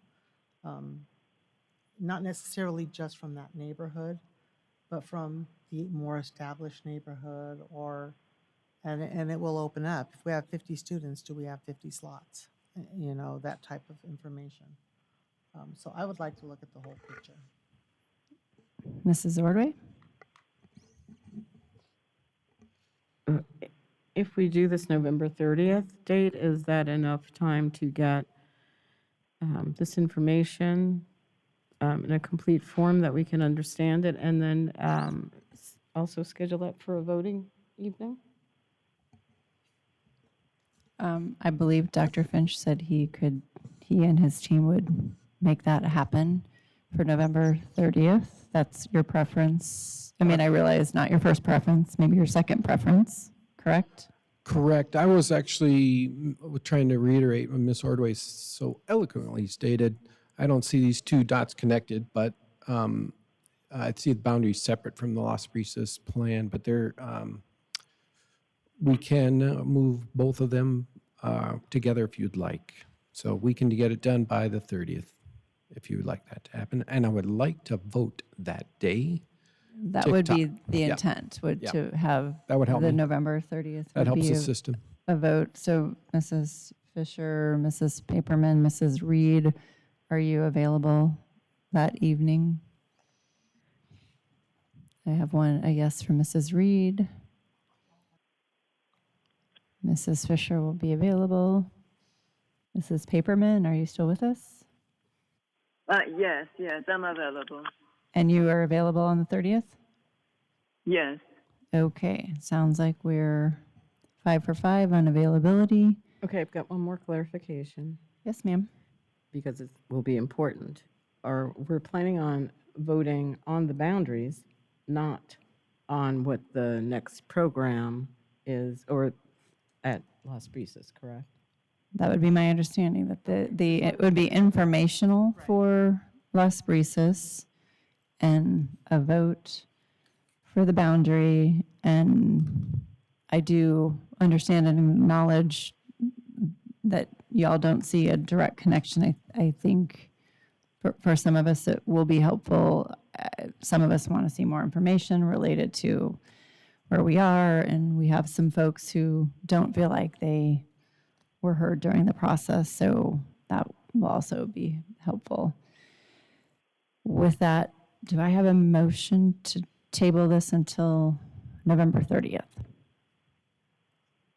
I move that we table I don't even know which item we're on because we've been Um, talking for so long. Item 5B to November 30th. Second. Okay, all those in favor, please say aye. Aye. Aye. And there will not be an automated vote because she's recording it. So she's recording it paper-wise for all the votes. So Mrs. Paperman, are you voting aye? Yes, aye. Okay, so the motion passes unanimously to discuss this item on November 30th. Thank you all for your patience. All right, well then, will we move on to an agenda? Yes, ma'am. All right, so I would ask that the governing board approve consent agenda items 6A through 6N. I second. We have a motion and a second to approve items 6A through 6N. All those in favor, please say aye. Aye. Aye. Aye. Any opposed, please say nay.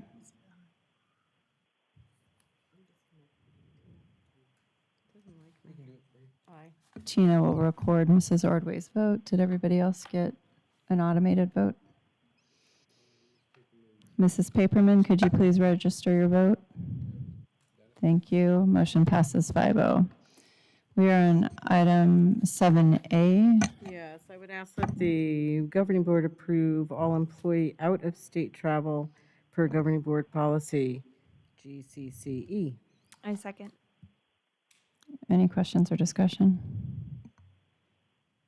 All those in favor, please say aye. Aye. Aye. Any Aye. opposed, please say nay. Hearing none, the motion passes unanimously. Did you register all the votes? Okay. 7B? Yes, ma'am. I would ask that the governing board accept the administration's recommendation for pre-approval, to pre-approve the addenda as presented. I second. Any questions or discussion? Hearing none, all those in favor, please say aye. Aye. Aye. Aye. Aye. Any opposed, please say nay. Hearing none, the motion passes unanimously. Okay. Moving on to 7C, I would ask that the governing board approve the employer request for separation of employment from the Deer Valley Unified School District. I second. Okay. Discussions or questions? I am concerned. I want to know really where we stand on this type of an issue. I appreciate the information the board has been provided, including the information from our attorney, and it was all true. Everything that was in what the attorney sent us was true. However, had we moved forward on a termination the moment this became an issue when he was initially put out on administrative leave, we would now be approving his termination. About the same time frame. Maybe a little bit longer, but about the same time frame.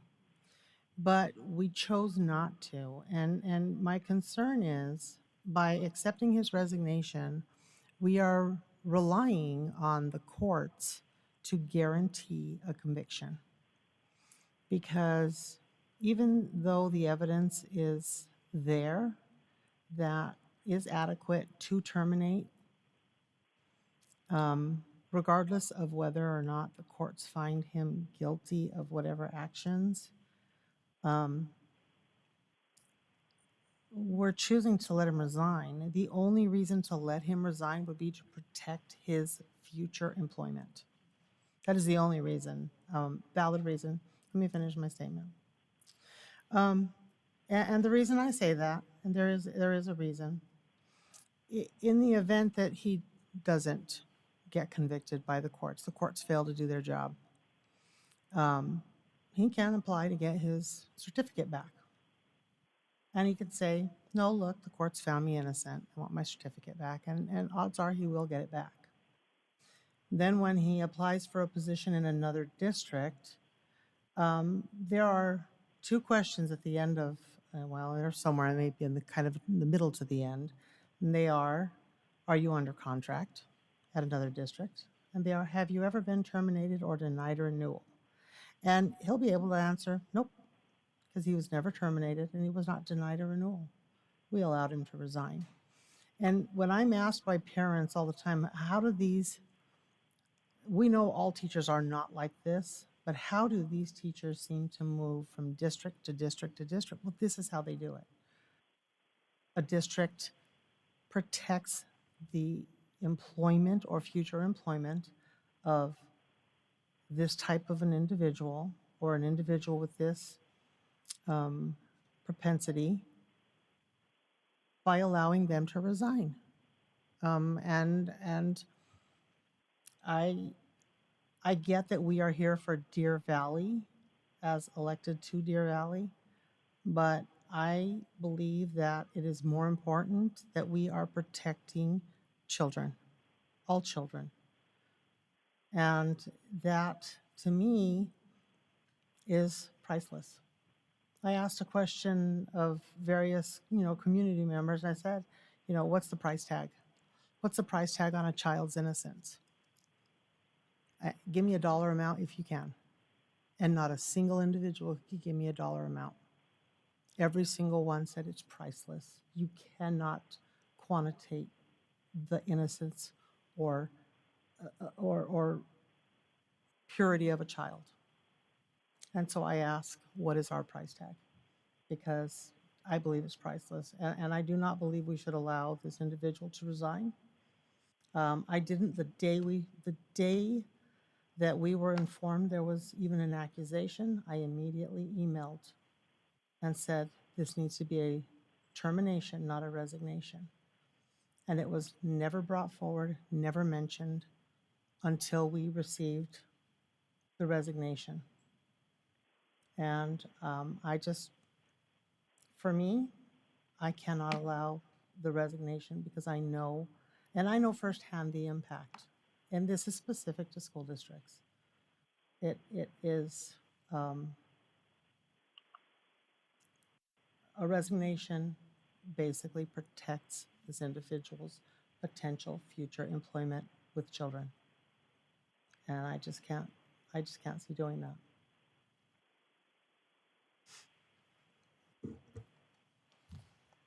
Mrs. Reed?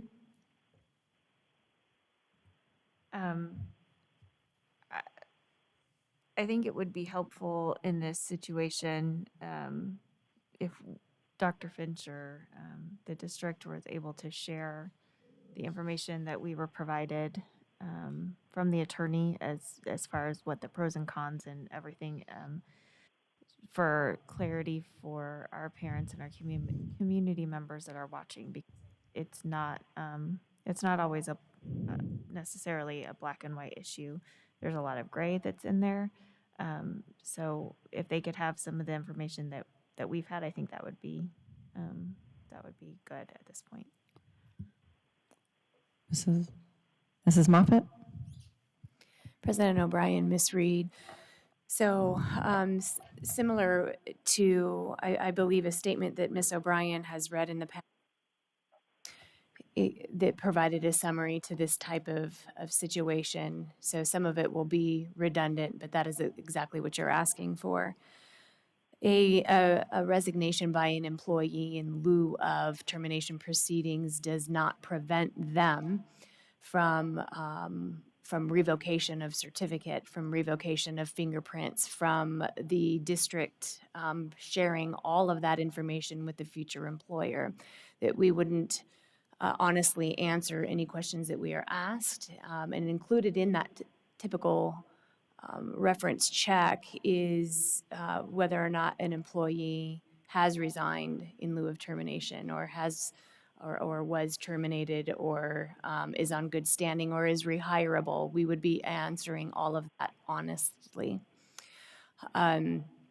Anything that is public record and it is in the file or public knowledge be shared.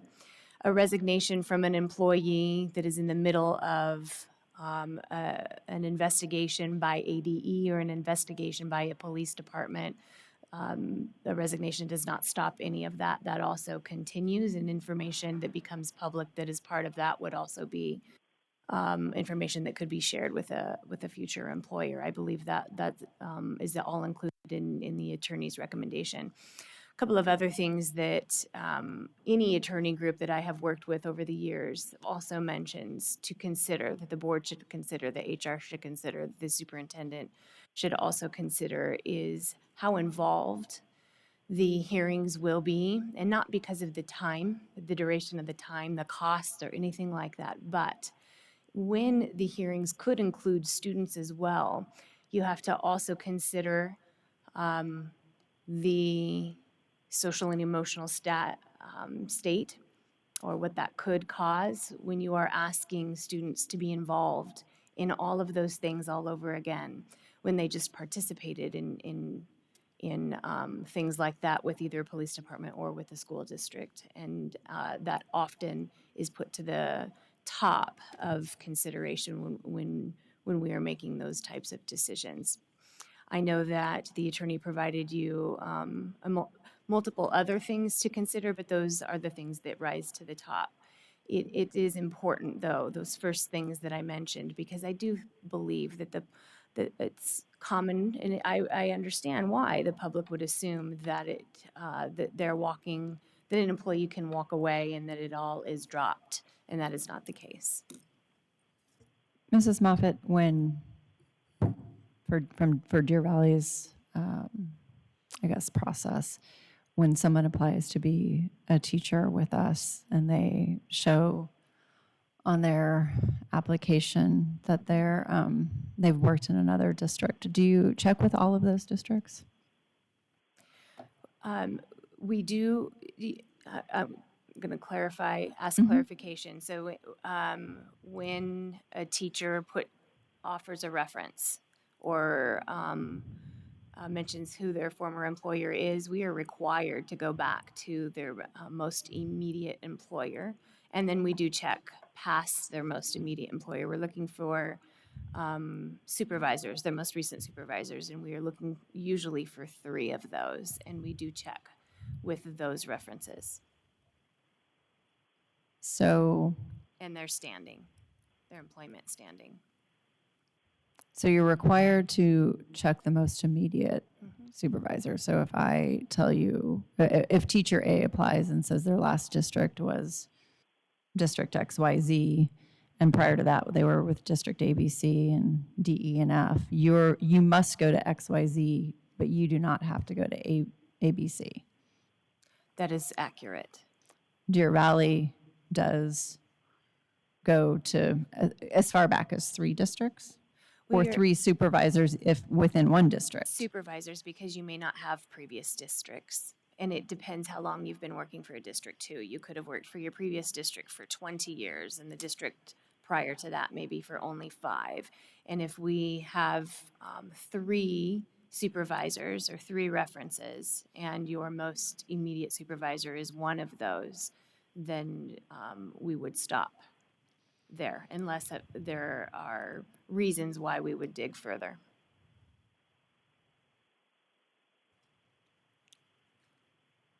And is there, beyond the application, a way for you to know for certain what a teacher's last district was?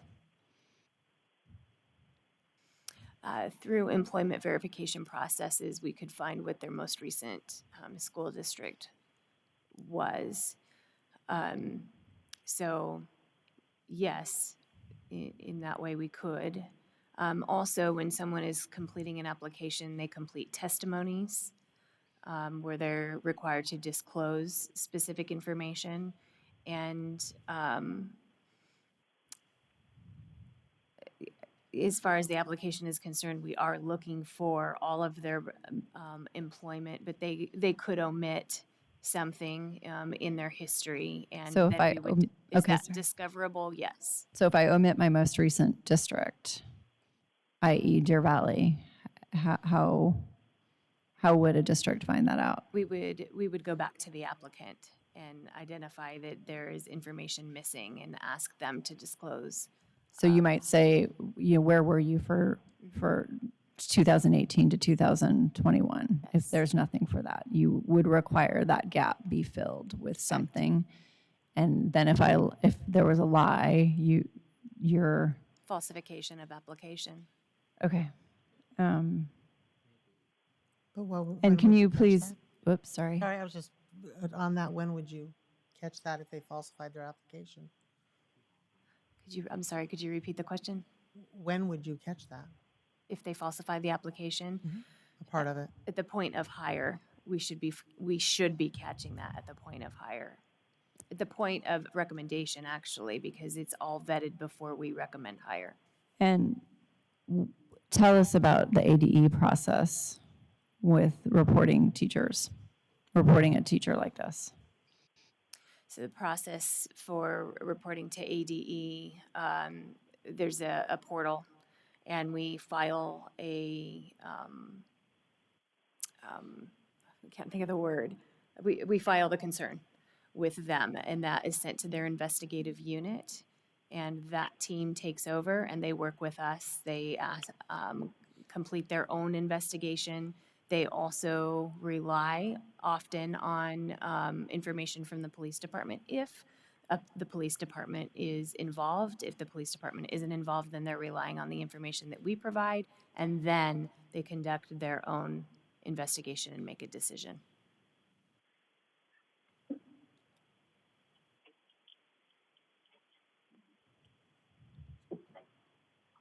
Mrs. Reed?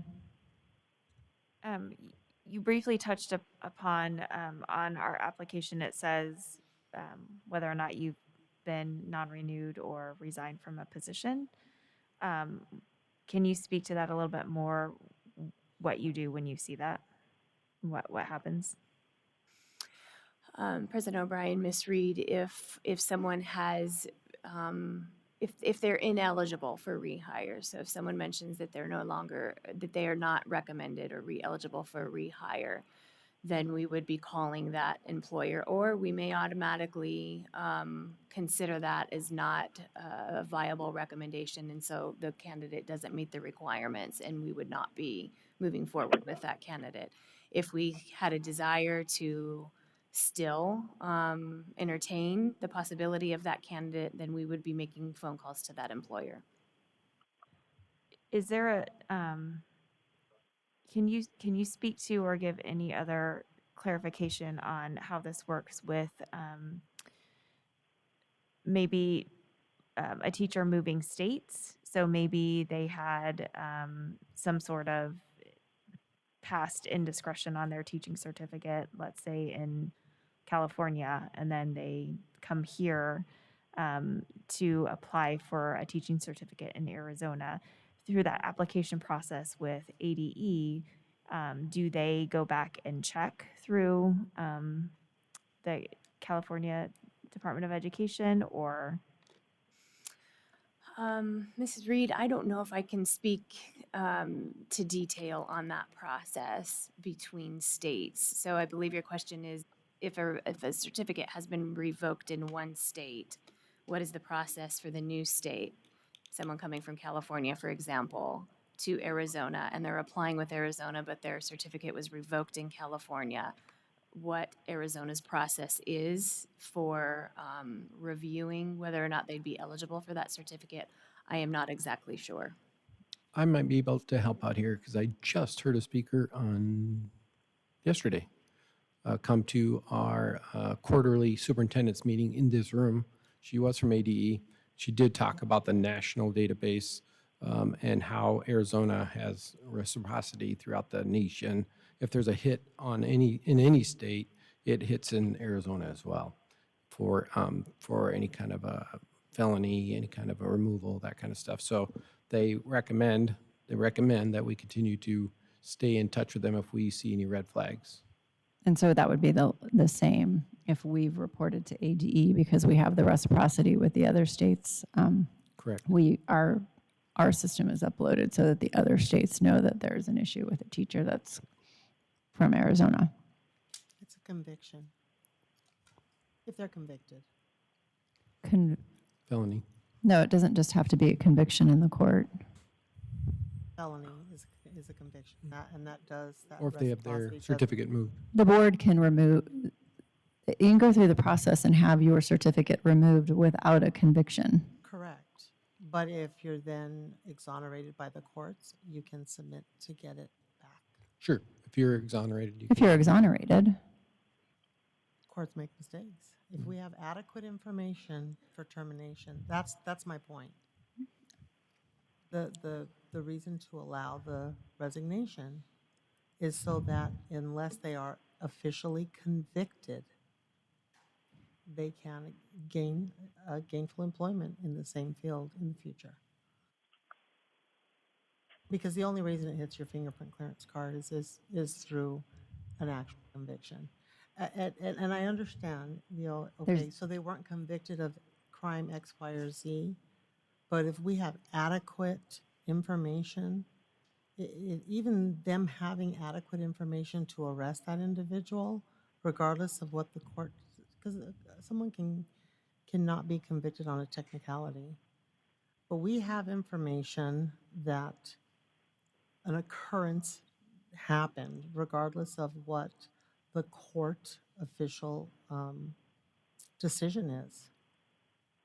And so my goal is not whether or not this individual can get a job someday as a teacher again.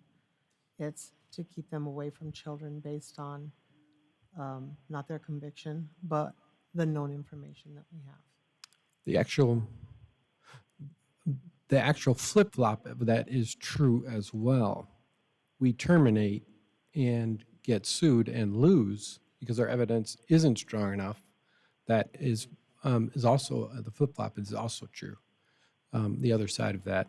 That's why I use attorneys. That's what they do for a living, and that's what they recommended to us, that this would be the best scenario. That's what, from Denise Lilbert, that's what she recommended for the Actually, district. she didn't speak to that. She spoke to all the other things. She did not speak to whether or not this protected. She them in the spoke to me. future. I'm just saying experience, and the board votes how they want.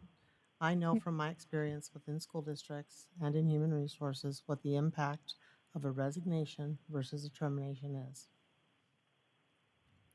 Thank you, Mrs. Fisher. Mrs. So I have a Ordway? question, Oh, Anne. Mrs. Paperman?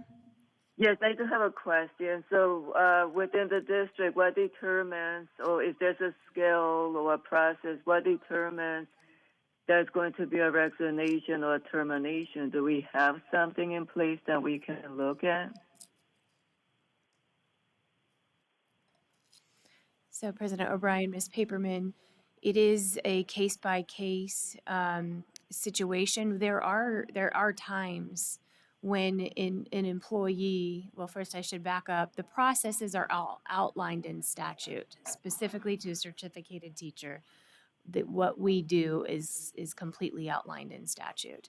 So an employee who could be facing a statement of charges, we may provide an opportunity, not necessarily one like this, but we may provide the opportunity to resign in lieu of moving forward in a statement of charges, but the employee may continue to say that they would prefer that this statement of charges be drawn up, that they be presented to the board, that they prefer to go through the hearings and receive a recommendation from a hearing officer, and then the board makes a decision. And that would not necessarily be our desire in that specific situation, but the employee could choose to do that. We also can choose, in some situations, to move forward with the full process and take the statement of charges forward, and the employee could still choose to resign. We cannot compel someone to work. They can submit their resignation, but the board can still choose whether or not they want to accept that resignation, which is what's in front of you today. And in that case, if they still submitted their resignation, then From what I understand from our attorneys, could still then move forward with some type of statement of charges, but the employee would not be working during that period of time. And as soon as you present a statement of charges, if the employee does not respond to the statement of charges, then it's automatically out anyway. So there would be no hearings. There is no recommendation from a hearing officer. It just dies out. So those are all of the options that we do have when we face these situations. And again, Ms. Paperman, they are on a case-by-case basis. The infraction, everything included. Some of the things that I mentioned to you, are there students involved, not students involved? Would they need to attend those hearings? And where are we with an investigation? Does it also include the police department? Is ADE included? Because not all of these include all of those elements. So I'd like a point of clarification, Mrs. Moffett. So if you file a statement of charges and the employee does not respond to it, then have they resigned or been fired? That would be dependent on, I guess, the next steps. And I would have to go back to our documents to know exactly how to answer that question. Back to our legal advice to know exactly how to answer that question. Okay. It's in the letter Mrs. from Denise. I'm sorry, what? It is in the letter from Denise. Mrs. Paperman, did you have additional questions? That's all. I just needed clarification because I know with the previous one, he was resigned, and then after it didn't go well, so that's why I was curious with the district. Well, what determines termination and resignation? Like at what level? But I did get some clarification. Mm-hmm.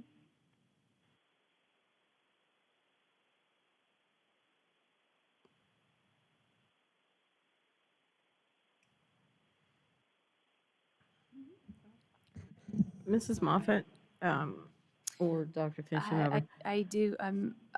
I found the bullet, if I could Yeah, read it. go ahead. Please read it. Yeah. If the teacher does not request a hearing, the teacher's employment ends at the expiration of the 10 days, and there is no further action. So they're fired. So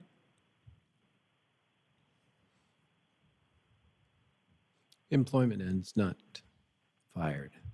Sorry. Employment ends. there's no further Correct. action needed. The employment ends, right? However, Mhm. it doesn't, I guess my question still It's the same action stands. or inaction. is that have we fired them? Because their employment ends. So it's not, is it a resignation? It's the same concept as the other. It is not a termination. Their employment ends. Got it. The Thank you. district relationship quits. Mrs. Moffett, does ADE have, so we have what happened, you have the information, you have the statements. Do you share that with ADE? And is that, with ADE, is that contingent on the fact that that person would be convicted, sentenced, or does that information then stand by itself? And how is that communicated to, I guess, the system for the licensing? So the district provides all the information that we have. The ADE usually will also wait for a police report when it is ready, and they receive a copy of that police report, review it, and use it as part of their consideration. I think it's also important to point out that whether or not we accept an employee's resignation or that we moved into a termination, it does not have bearing on what they do with their investigation. They're looking at all the evidence that we've collected and all the evidence that the police department has collected to make their decision.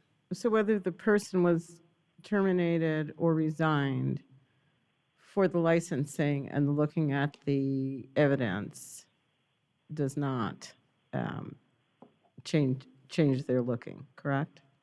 Correct. They're looking at the school district's recommendation as well as all the evidence. Just one more thing. Yes, So- ma'am. So, and also, just, it's getting late, and I'm sorry, I had about 400 notes written, but, so with Arizona now doing the reciprocity across the nation with licenses, are you familiar with what I'm saying? I think you are. Then their information, if a person was to apply for a teaching license in another state, that would go with them. Or, so even if they said that they didn't work in Arizona or never mentioned it, when they put their name and social in, it would identify that they had this action in Arizona? That I have not seen this database personally, so I don't know the answer to that. Yeah, that was what the lady was referring to on Monday. Yeah, but Ms. Fisher is correct. It's usually the high-flying issues, so like convictions, certificate being pulled, etc. Convictions of felonies, convictions of with students, etc. Michigan has the same concept. Reciprocity through the states. So Ms. Fisher mentioned earlier that the courts have their pluses and minuses, and sometimes they are successful, sometimes they are not. If a district is not doing their references, not doing their calling like we do, then there is possibility that somebody could sneak through. And our environment, our business approach to education in Arizona is not the best. I would agree with that. But I have faith in the court system that if this is a fireable offense, that they're going to take care of it. I believe the investigators with the police department have done a nice job. They obviously know more information than we do because they can go back historically. We just give them the information that we have in this incident. So, yeah, that I believe that it's going to work out just fine. This person will not be able to teach again, will be convicted if the court so determined, and they will not be teaching in Deer Valley, obviously. Mrs. Ordway, did you have something else? So with or without a conviction, difference doesn't matter if you resign or you are fired. The information that we give to ADE is what they make their determination on. Ms. Ordway, yes, that is accurate. They use the entirety of all the information to make their decision.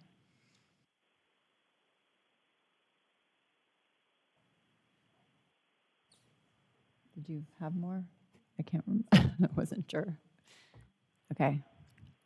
Then hearing no more debate, then we'll call for the vote.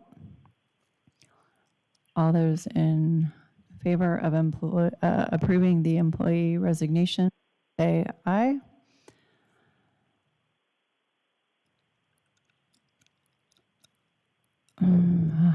Aye. Can I explain my vote? Yes, you can. I wholeheartedly believe that this employee should not ever be allowed to teach or be around children again. And I would like to vote for termination to send a very clear message. At the same time, I have sexual abuse victims in my family, and I would not ever want to make a child have to testify in front of a hearing officer or a judge in order to go through a termination and then possibly have to make them do that again in a court hearing. I believe that is it's traumatic, and I I wouldn't want to have to make students do that, and I wouldn't want to have to make your child do that. I am hopeful that with the strongly worded recommendation that our district will write when they present the information to ADE, that and it goes before their board, that that certificate will not be allowed to be renewed again, and that will be taken away. So for the reason that I don't want to make students testify, I'm going to vote for the acceptance of his resignation. So I vote aye. I would like Miss, to. just, hold on a second. Did Mrs. Paperman vote? She voted nay? Okay. All those against, say nay? I would like Nay. to just.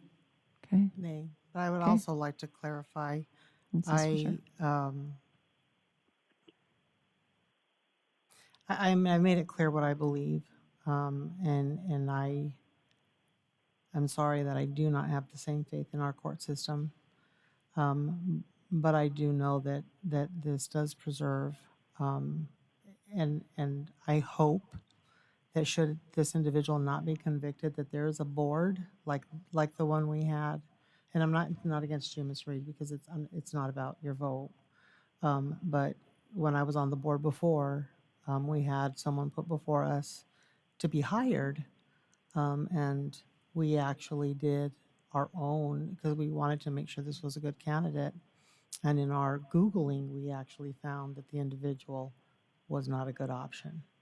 And so I hope that anyone who this man is put before, I hope they Google, because I unless he's convicted, I do not have faith that he will not lose his certificate. But I hope that we can have a discussion to set what we believe is our standard, because this is two that we have allowed to resign in 1 year.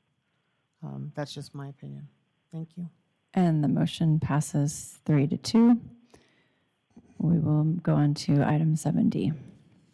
All right, I would move that the governing board give direction to DVUSD board delegate Julie Reed to vote in the manner the board has indicated regarding the bylaw changes proposal from ASBA to create a seat on the ASBA Board of Directors so that Hispanic and Native American interests can be represented simultaneously.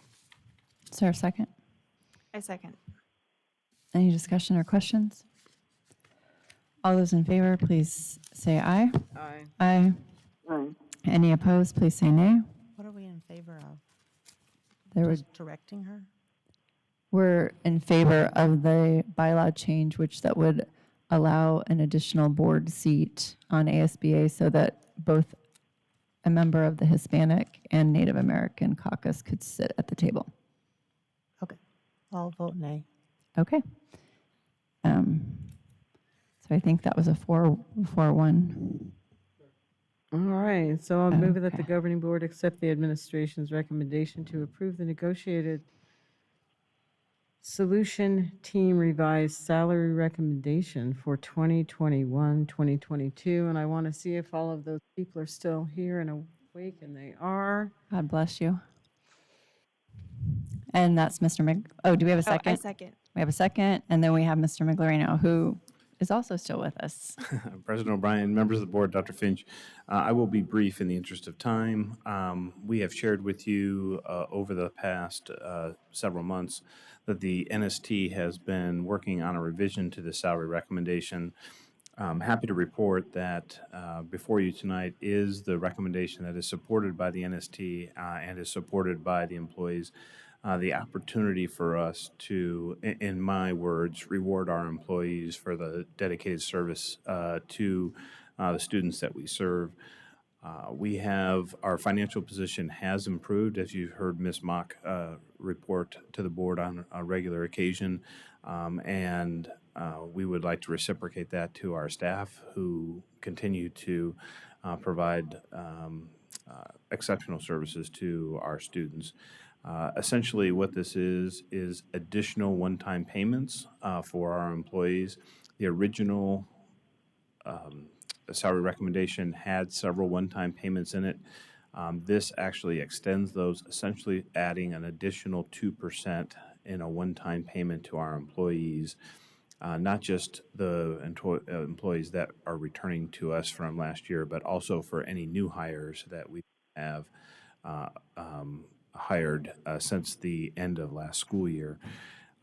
The other one-time payments are not, those employees that would be newly hired are not eligible for per the language that the board previously approved. So we wanted to include those folks as well. So although they will not be included in the initial one-time payments, they would be included in this additional 2%.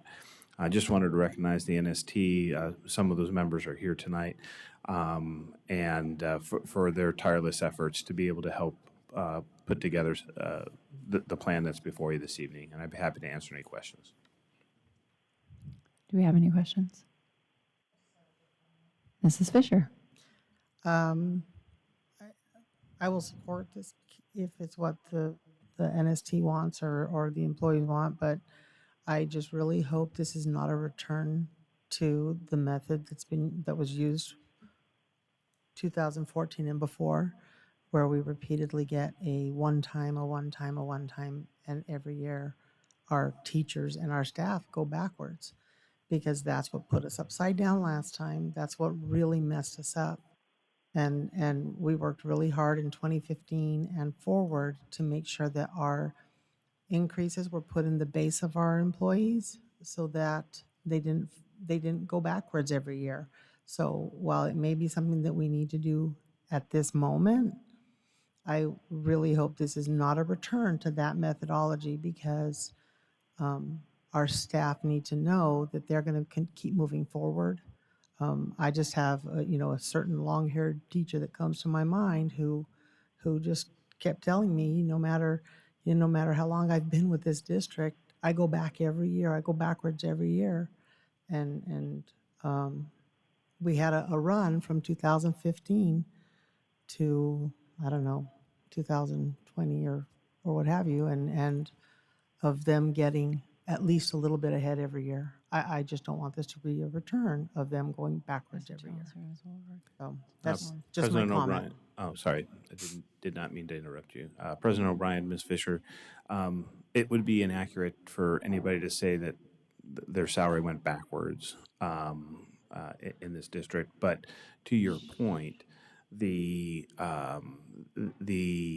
determination of how much of the salary increases are going to be attached to their salary is the next step that the NST needs to work on, and that would be included in the salary recommendation for next year. So it will be essentially no different for the employees. They'll get paid the same increased amount this year. How much of that increased amount gets attached to the salary as we look into next year and determine that amount, and that is written into the language specifically as well. So to your point, one-time payments do not attach to salary unless there is an additional act that this board would have to act upon. And we are prepared to bring that forward when we do the salary recommendation. Typically in April is when you would expect that. Mrs. Ordway? I just want to thank everybody in the room for working so hard on it. There might be some people that aren't in the room that worked really hard on it. It would be nice if this would move into the April meeting.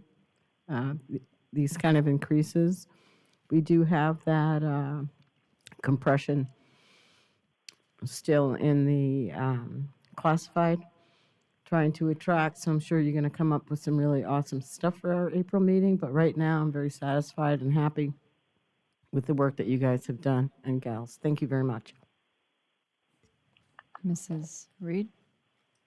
Just want to echo what Mrs. Ordway said. Thank you so much for your hard work in doing this, and for the surveys that you did. I appreciate it, and I'm glad that we're able to do this like we had hoped when we initially talked about this earlier this year. All right, hearing no other comments, and thank you to the committee members that are still present with us at this hour.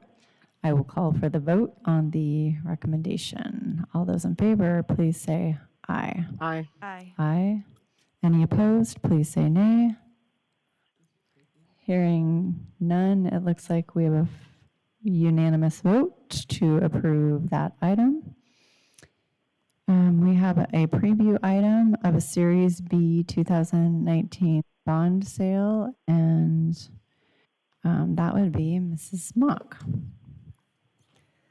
Yes, ma'am. President O'Brien, members of the board, Dr. Finch, guests, and I think about 50 folks still with us online. We'll try to be quick. We haven't typically previewed a bond sale in the past, but in our continued efforts for increased transparency with our financial actions and endeavors, we are bringing this as a preview prior to asking for approval of a bond sale at the December 14th meeting. So,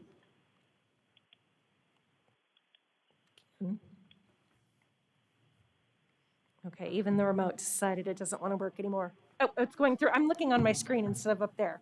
It is way past my bedtime. I'm so sorry. And we just, extended the meeting by 5 minutes by going through that exercise. All right, 2019, voters approved $175 million bond authorization in Valley Unified School District.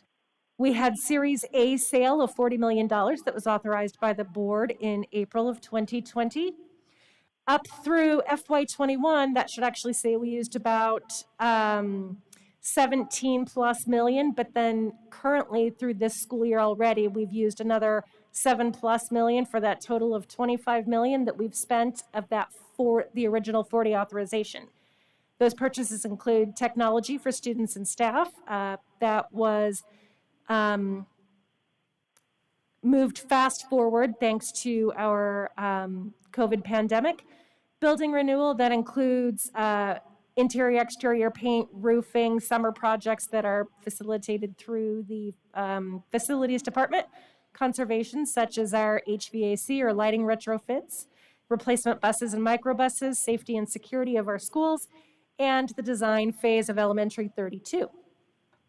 We still have many projects in progress, thanks to the governing board actually having approved many of those this school year, including the construction of Elementary 32, scheduled to open in August of 22, the Innovation Center right out here at District Office, scheduled to open January, February of 22, Media Center upgrades, which are in the design phase right now, continued bus and vehicle replacements, continued building renewal, conservation, safety, and security, including our AstroTurf fields at our 5 high schools, LED lighting retrofits on our fields at our high schools as well.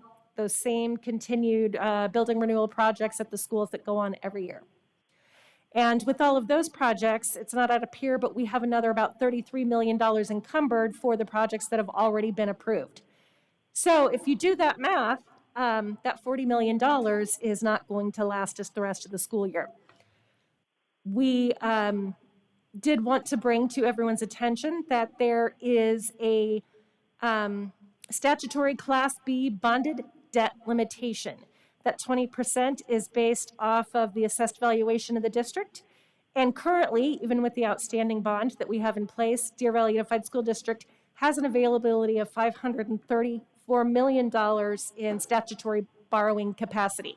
And our individuals who help us with our bond at Piper Sandler actually believe that with the growth in the district, we're probably closer to 600 million. We're only asking for 40 million. Only, I know, I heard the chuckle. But we are going to ask on December 14th. This will help us complete the projects in process, maintaining our amazing facilities, and shout out to the award-winning report to the community from our community communications and community engagement department that helps highlight all of these projects every year. And I'll answer any questions. Any questions? Okay, hearing none. That was Thank you for that very brief and to the point presentation. I would move that well, I guess I don't have to move it because it's a discussion item. I would request that we move that to another meeting, board ethics. I'm getting a head shake from the original requester. Governing board reports. Mrs. Fisher? I report that the parents would respect that I have no report because I have to be at work at 7 a.m. Thank you, Mrs. Fisher. Mrs. Paperman? Thank you for giving me the opportunity to speak on the phone. I'm not well today. I'm sick, so, but have a restful evening. Thank you. Thank you, Mrs. Paperman. Mrs. Reed? I'll keep it super fast. I had the opportunity to go to Future Freshman Night at Barry Goldwater High School and Sandra Day O'Connor High School with my future freshmen, and that was really great to be able to see both campuses through her eyes and her interests. Both campuses did a great job of showing all of the different classes and clubs and extracurricular activities that they had to offer. It was a really great night at both schools. I also was able to very briefly stop in at the CTE night. It was so packed and crowded, and that was really great to see so many families come out to get information about that because our CTE programs are so awesome.